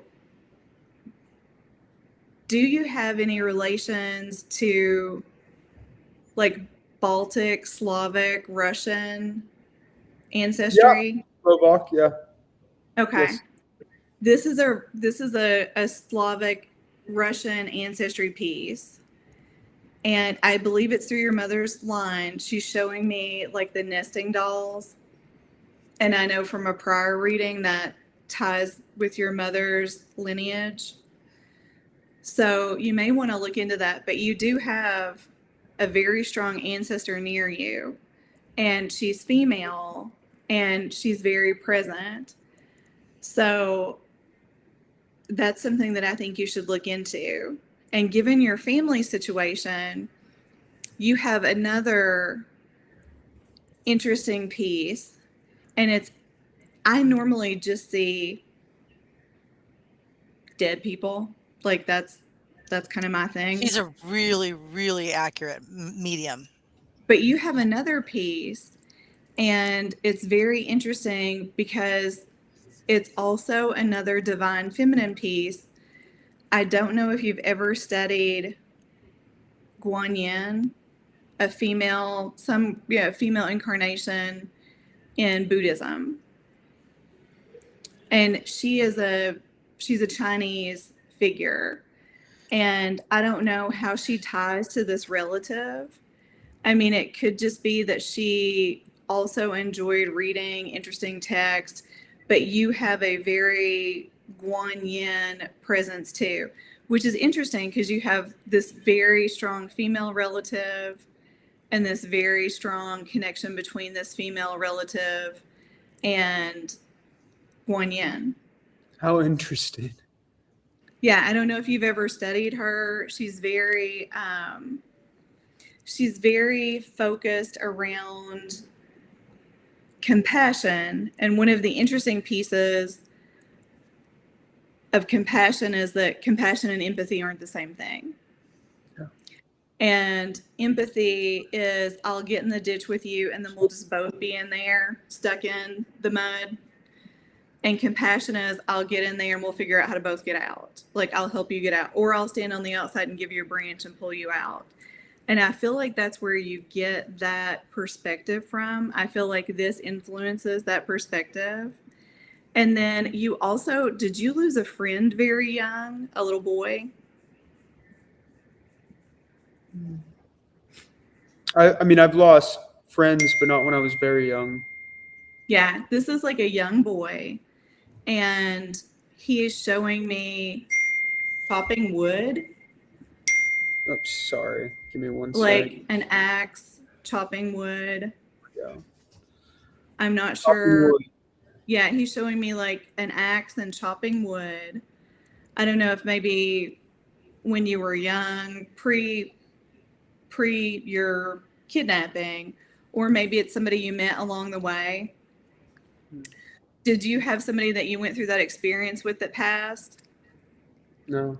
That experience was mostly like isolated. Individualized, yeah. Yeah. This is somebody who's chopping wood, and he's showing me a hatchet, like an axe, a hatchet.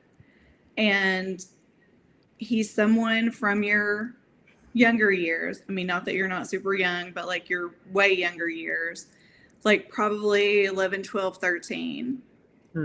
And that is someone who is sort of a guardian around you in terms of your survivalist skills.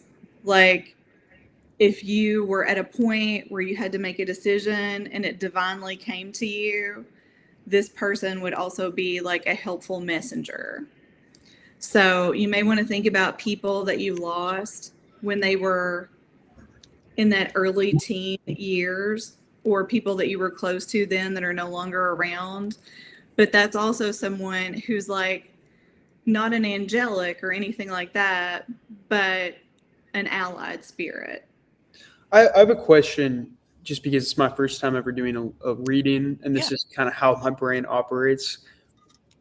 Your ability to see these energies, consciousnness, spirits, have you ever thought, because of the relativity of time, that I'm just yet to meet them, and that the stance they take is, sorry, go ahead. That happened once, where I described something that was a future and not a past. Yeah, because I'm just thinking, time is relative and it's only applicable to the materialistic world. And usually mine is very linear and it's very oddly ancestral. Okay. A lot of times it's symbolism that leads you to find truths that you didn't know that you were seeking. Yeah. So like looking into your lineage or looking into your, DNA, or now she's planted a seed of you thinking about your child. Maybe it's time for you to think about something that happened in your childhood, and 30 days from now, you're going to realize what she was talking about. That's where a lot of this comes from, And there could be a clue to a piece that you need. Yes. Looking backward at someone that you don't remember, don't know from your lineage, that's like skipping over your parental people and more into the line sideways. I'm imagining there's so many possibilities this could be working. Like, it could even be like not even you're looking at mine, but you're given specific images from your own that I wouldn't be able to do X, Y, or Z without you sharing it with me. Yes. It's like this incredible tornado of precision. Yeah. It is. And it's very interesting because like the person with the axe clearly he's very akin to you the way another person I know has a person that's sort of with them. And this person is with you. Some people call it a spiritual support team of ancestors but he doesn't feel like an ancestor. He doesn't feel related. He feels more like a friend who's no longer here that now serves a different role for you. Is there a name that's coming to mind by chance? No, there's no name. There's an axe. I feel like the axe is the thing because I have no idea why this person is showing me an axe and chopping a tree. Interesting. I'll keep an eye out. I'll let you know in the future. Yeah. Seriously, keep in touch. Yeah, no, I will not forget that. And they're the Slavic Russian maternal relative. That is a very strong presence for you. Okay. Interesting. Yeah. Very interesting. Yeah. I would definitely, you can say my spidey senses are activated now. Mm-hmm. Well, some people need instant proof. And so we get this weird where we just tell you something that there's no way we would ever know. And we're like, God, do we even say it? You know? And then it's instant proof because some people need that, right? Whereas you have such an expanded consciousness and such an open mind to things like this. This will come to you. Whatever you need from this, it'll come to you. I know it will. I've seen it. Universe works so mysteriously all the time in my life. It's like it's so just always working. So I'm excited to see kind of where it pops up and surprises me. Yes. Very cool. And who in your life is an artist? Like this is a living person and they're an artist. What do you mean in my life? Like one of your friends, one of your... I have a lot of artist friends. Okay. Well, this one is specifically a painter. And it feels very male, but this is a living person. I have no painters yet, but I hope to have many. You will find someone who is a painter in your life. This is a living person. And it keeps showing me a color palette. And then you also have someone that currently today works with weaving or textiles of some sort of fabric textile art. And that will be how you meet the painter. Interesting. Most of my artist friends right now are musicians. That's like the industry, I guess, that I kind of like attract in my life. But I'll keep an eye out, definitely. Yes. Yeah. Awesome. Yeah. Okay, so Lemuria is just such a well-known topic now. But was there a point when you were starting you could call this your ascension journey, or when you woke up, when you went down a rabbit hole with Lemuria? That's a good question. Like, was that ever a point of interest for you that you researched? Yeah. It showed up in so many, it expressed itself, in so many different ways. Like way more than Atlantis. Like everybody goes through okay, now I have to study this. Oh, let me, but when it comes to like these places and these civilizations, I'm still not on the time zone yet that I want to be. I like to build systems in my mind when I attack a thought. Mm-hmm. And one of the systems for attacking a thought is getting my timeline correct. And I'm still building the actual timeline in my head. When this would have existed. Yeah. In my experience, very often when I see a connection to ancient Egypt, the way I'm given the information, I always express it that now I'm not saying that you have a connection right now with ancient Egypt, but I'm using this as an example. When I tell somebody something, I will say this this is a version of Egypt that we don't recognize here and now, but back then, it's almost like it existed outside of time and space. There was a way different magical component to it. There was a lot going on that we don't have a trace of physically, and so we don't acknowledge it, right? Well, Lemuria is one of those. So Lemuria, I'm not even saying that it was an actual physical space here on the planet Earth, but there was let's just call it a civilization or a timeline when there were people that were Lemurians.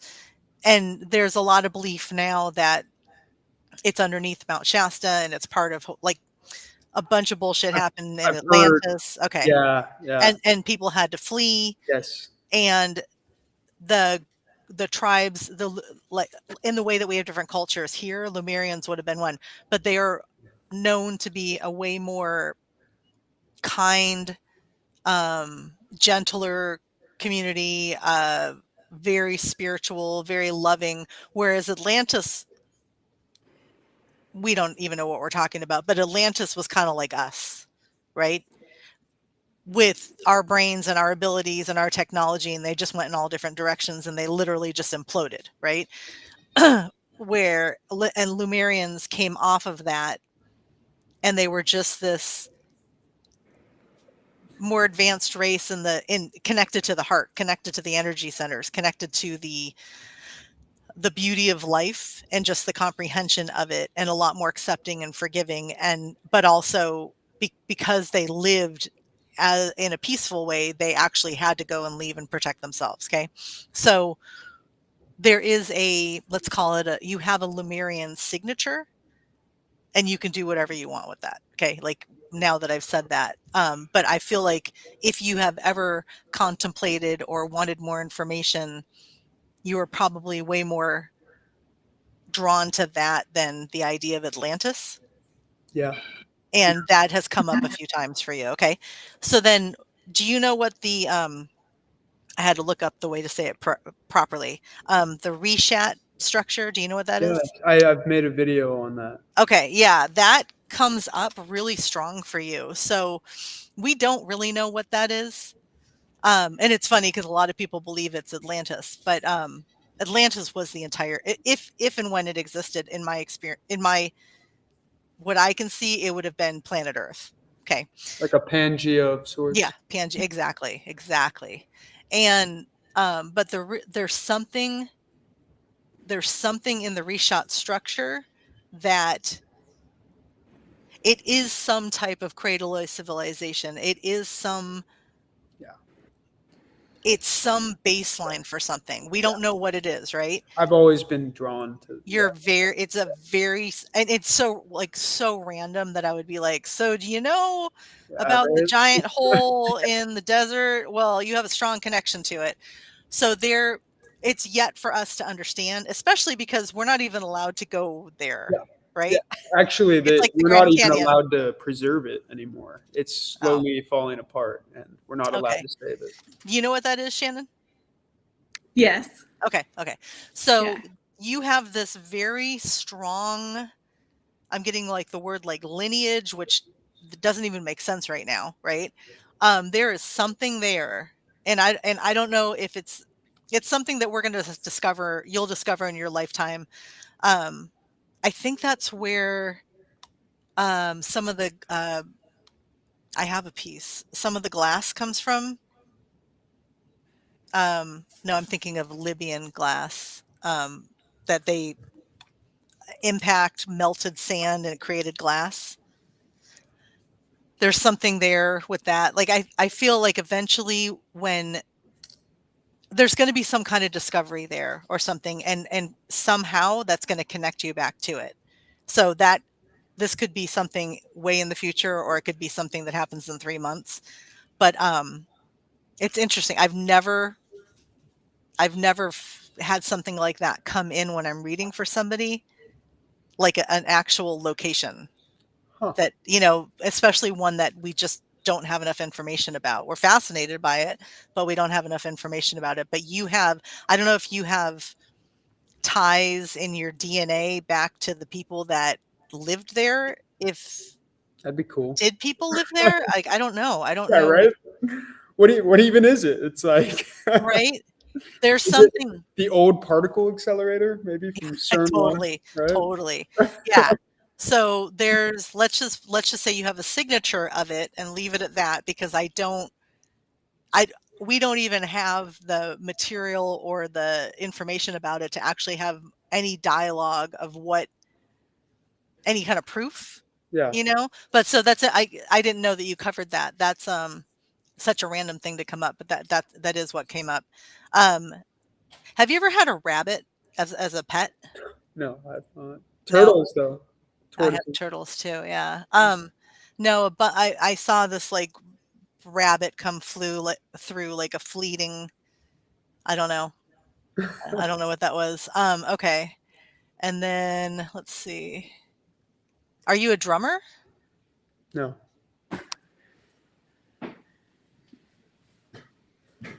Are you regularly, you said you have musician friends. Are you regularly around someone that has an electric version of drums where it's like a bunch of discs where it's not the full drum set, but Not the disc version, but like I have quite a few like DJ friends, and they have built-in drum kits on there.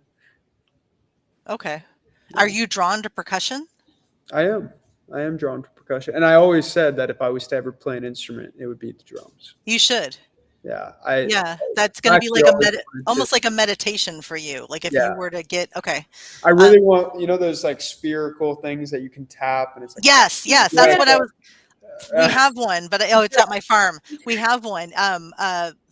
They're not called finger drums. Yes, yeah. I've always wanted one of those things. a hand pan. I think a handpan is the correct. They're expensive. They're Yeah. so expensive. Okay, so you know what? We're just going to manifest right now.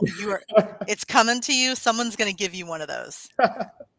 Whether it's some type of exchange where you help each other or something, but because that will, so that you're kind of wired for percussion. I've never given anybody a message like this. You're wired for percussion in a way that that's going to lead you to a place of almost like meditation Interesting.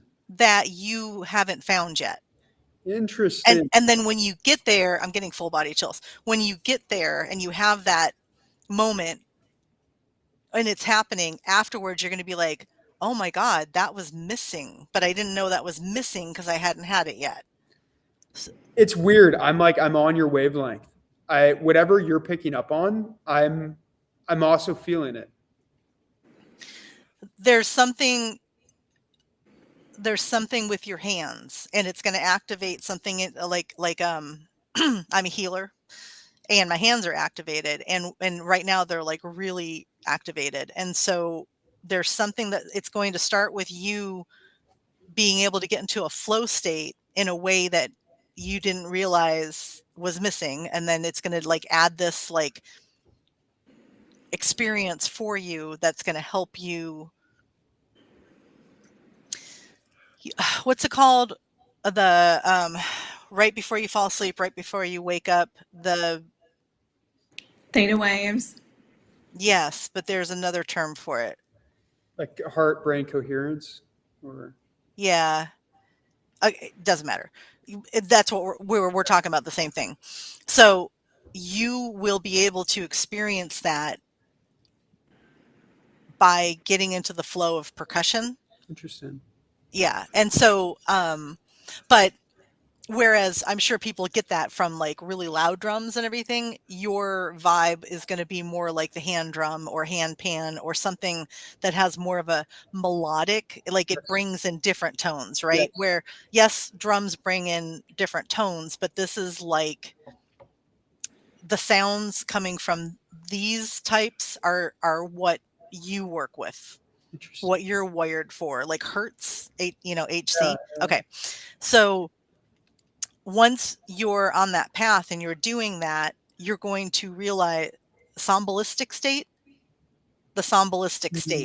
That's where you, right before you fall asleep, right before you wake up, you have right before you fall asleep, sometimes you have these like 2-second dreams, and you wake up from it and you wish you could remember all of it because you know that you like literally it like felt like you just spent a day, Yeah. that's where scientists and people like they'll come up with inventions in that state. Yes. And also right before you wake up, right? So there's something about this experience with you physically and hearing it and you being the person that's doing it that's going to put you into that state, and that's where a lot of your expansion is going to come from. I love it, and I'm Yeah. 1,000% going to do that. This reminds me of have you guys seen the Matrix scene when he's talking to the Oracle, and the Oracle says, "Watch out for the plant." He backs up and hits the plant, and it breaks. And he goes, "How did you know I was going to hit the plant?" And she goes, "You're not asking the right question. You should be asking, would you have hit the plant if I didn't say anything?" That's like what I feel like is happening right now. Yeah. Yeah. That's Yeah. cool. I've never seen the Matrix movies. Oh, you have to know. watch it. Everybody's like, what? No, you have to watch it. I know. Yes. I'm such an Aquarius. I will absolutely not do what everyone else is doing at the time that they're doing it. Okay. Let me get one more piece of information, and then there's a question for you that we can end.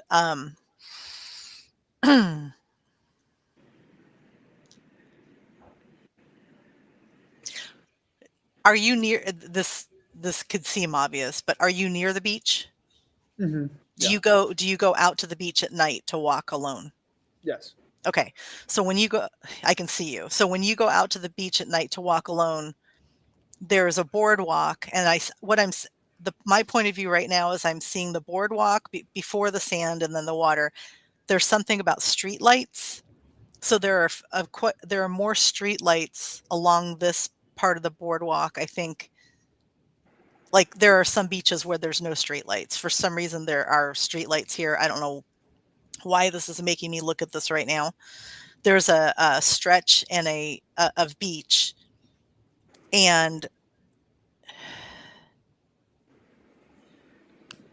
a lot like the drumming, when you're out there walking, you get into this, even just it's almost like a walking meditation. It's I do that.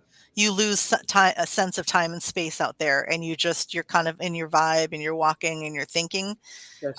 That's one of the healthiest things that you do out of all the things that you do. It's funny. I do that often. Yeah. That's like, and some of it is because the negative ions from the water, and some of it is Grounding in the sand. Yeah, and all of that, but that's one of your practices that seems so simple that has actually gotten you this far along. Interesting. And so I'm just getting that's like a reminder to keep doing it. Okay. Not like you're going to stop, but at least you got some validation, Yeah, right? there we go. Okay. So to sign off, what's one question no one ever asks you but should?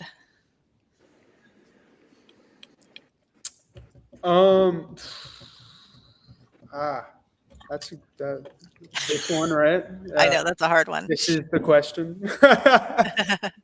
How would you answer this?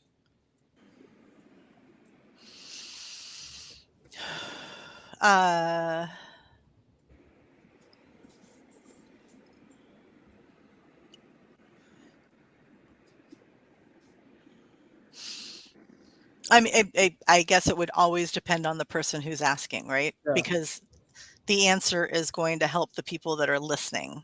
Yeah, it's the subjective experience. Right? Yeah. Okay.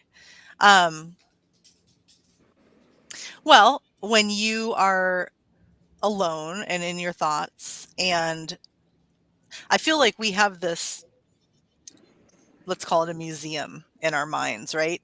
And there's all these rooms that we go into, and all of these thoughts and like roads, paths, whatever, that are, and it's kind of like we have a place for all of these. And then when someone brings up a topic, we go and we retrieve it and we bring it out. We don't consciously think of that, but it's like stored information, right? So there's a lot of that we never talk about with other people. Like you're probably an expert on things that you've never even brought up. I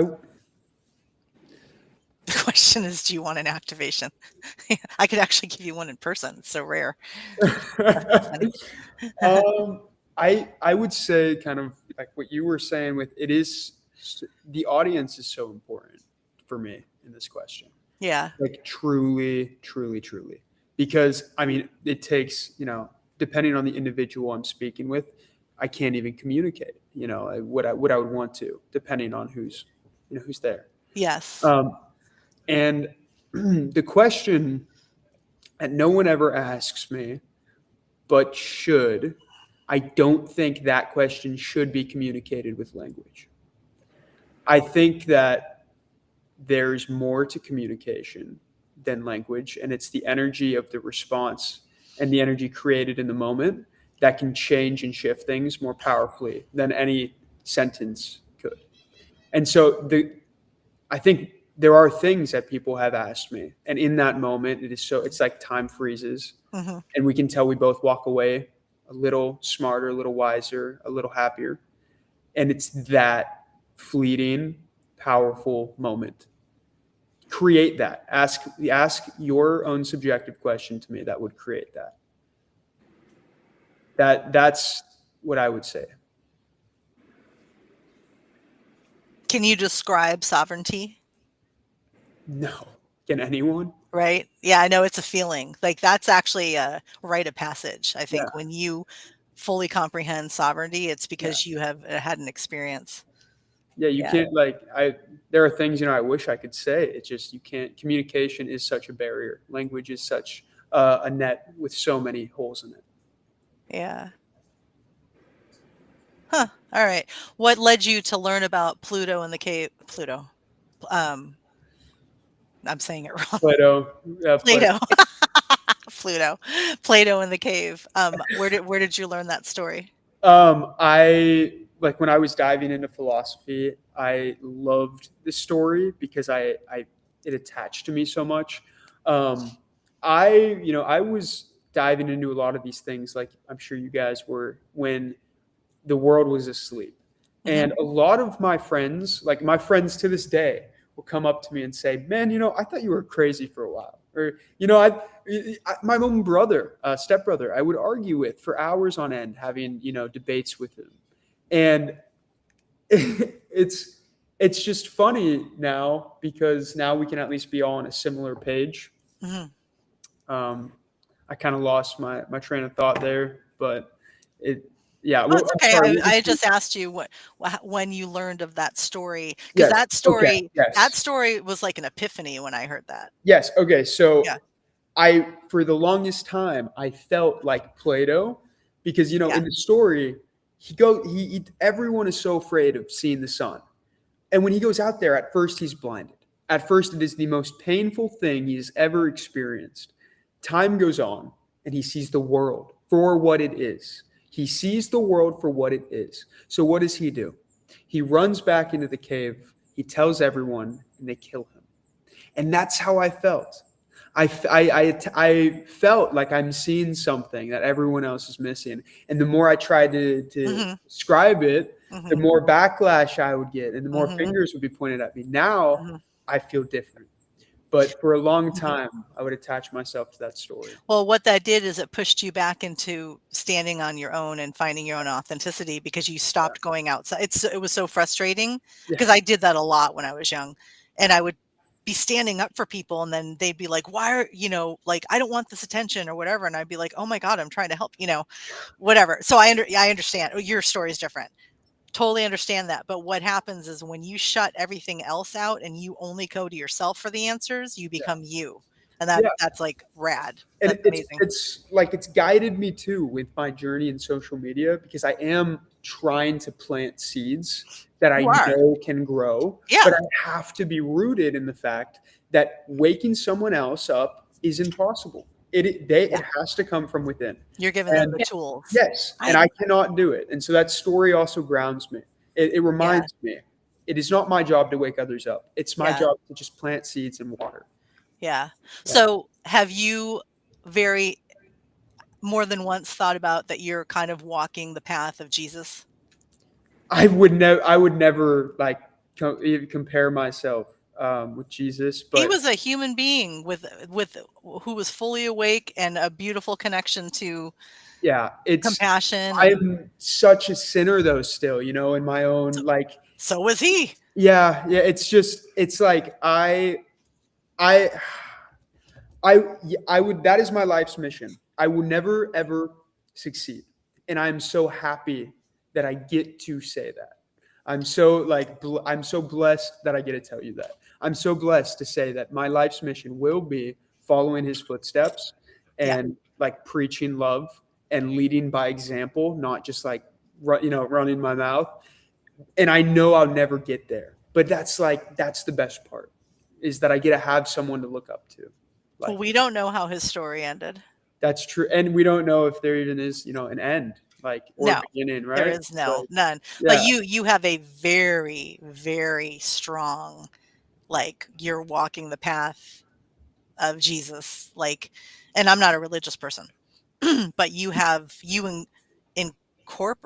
you embody what he embodied.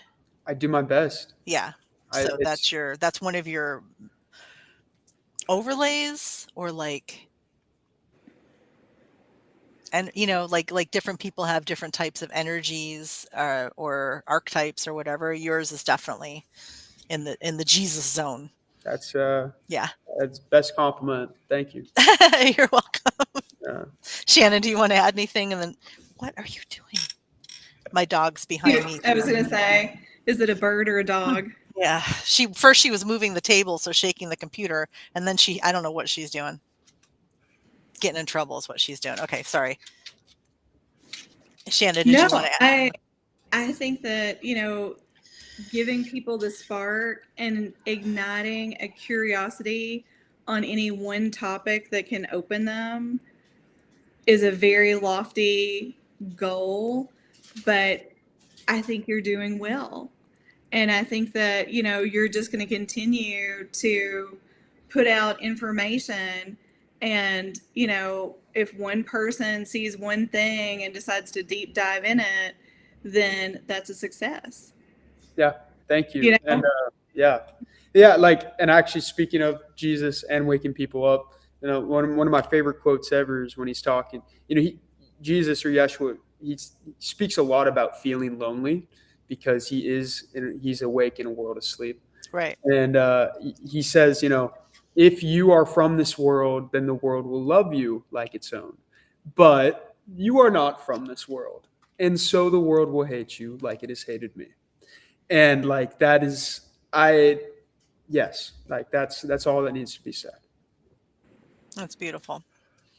Well, you are going to be known by millions. So I would say stay humble, but you've already got it. Yeah. Yeah. We can all come up together, right? Yeah, absolutely. Like that's the only way to succeed. Exactly. Absolutely. Absolutely. Okay, well, cool. We'll end it here. Thank you everyone for staying for over 2 hours. Yeah, thank you guys. Yeah, and we'll immediately the replay will happen, and I'll put some promos out with a link to it. This has been a true pleasure. And Yes.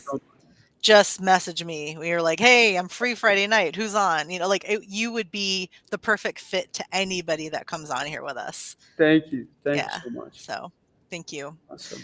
Okay. Well, everyone go follow him. And thank you guys, everyone watching. Appreciate you guys. Yes. We here, I'll put it back up. Sorry. Everyone in the chat, we had a few new people.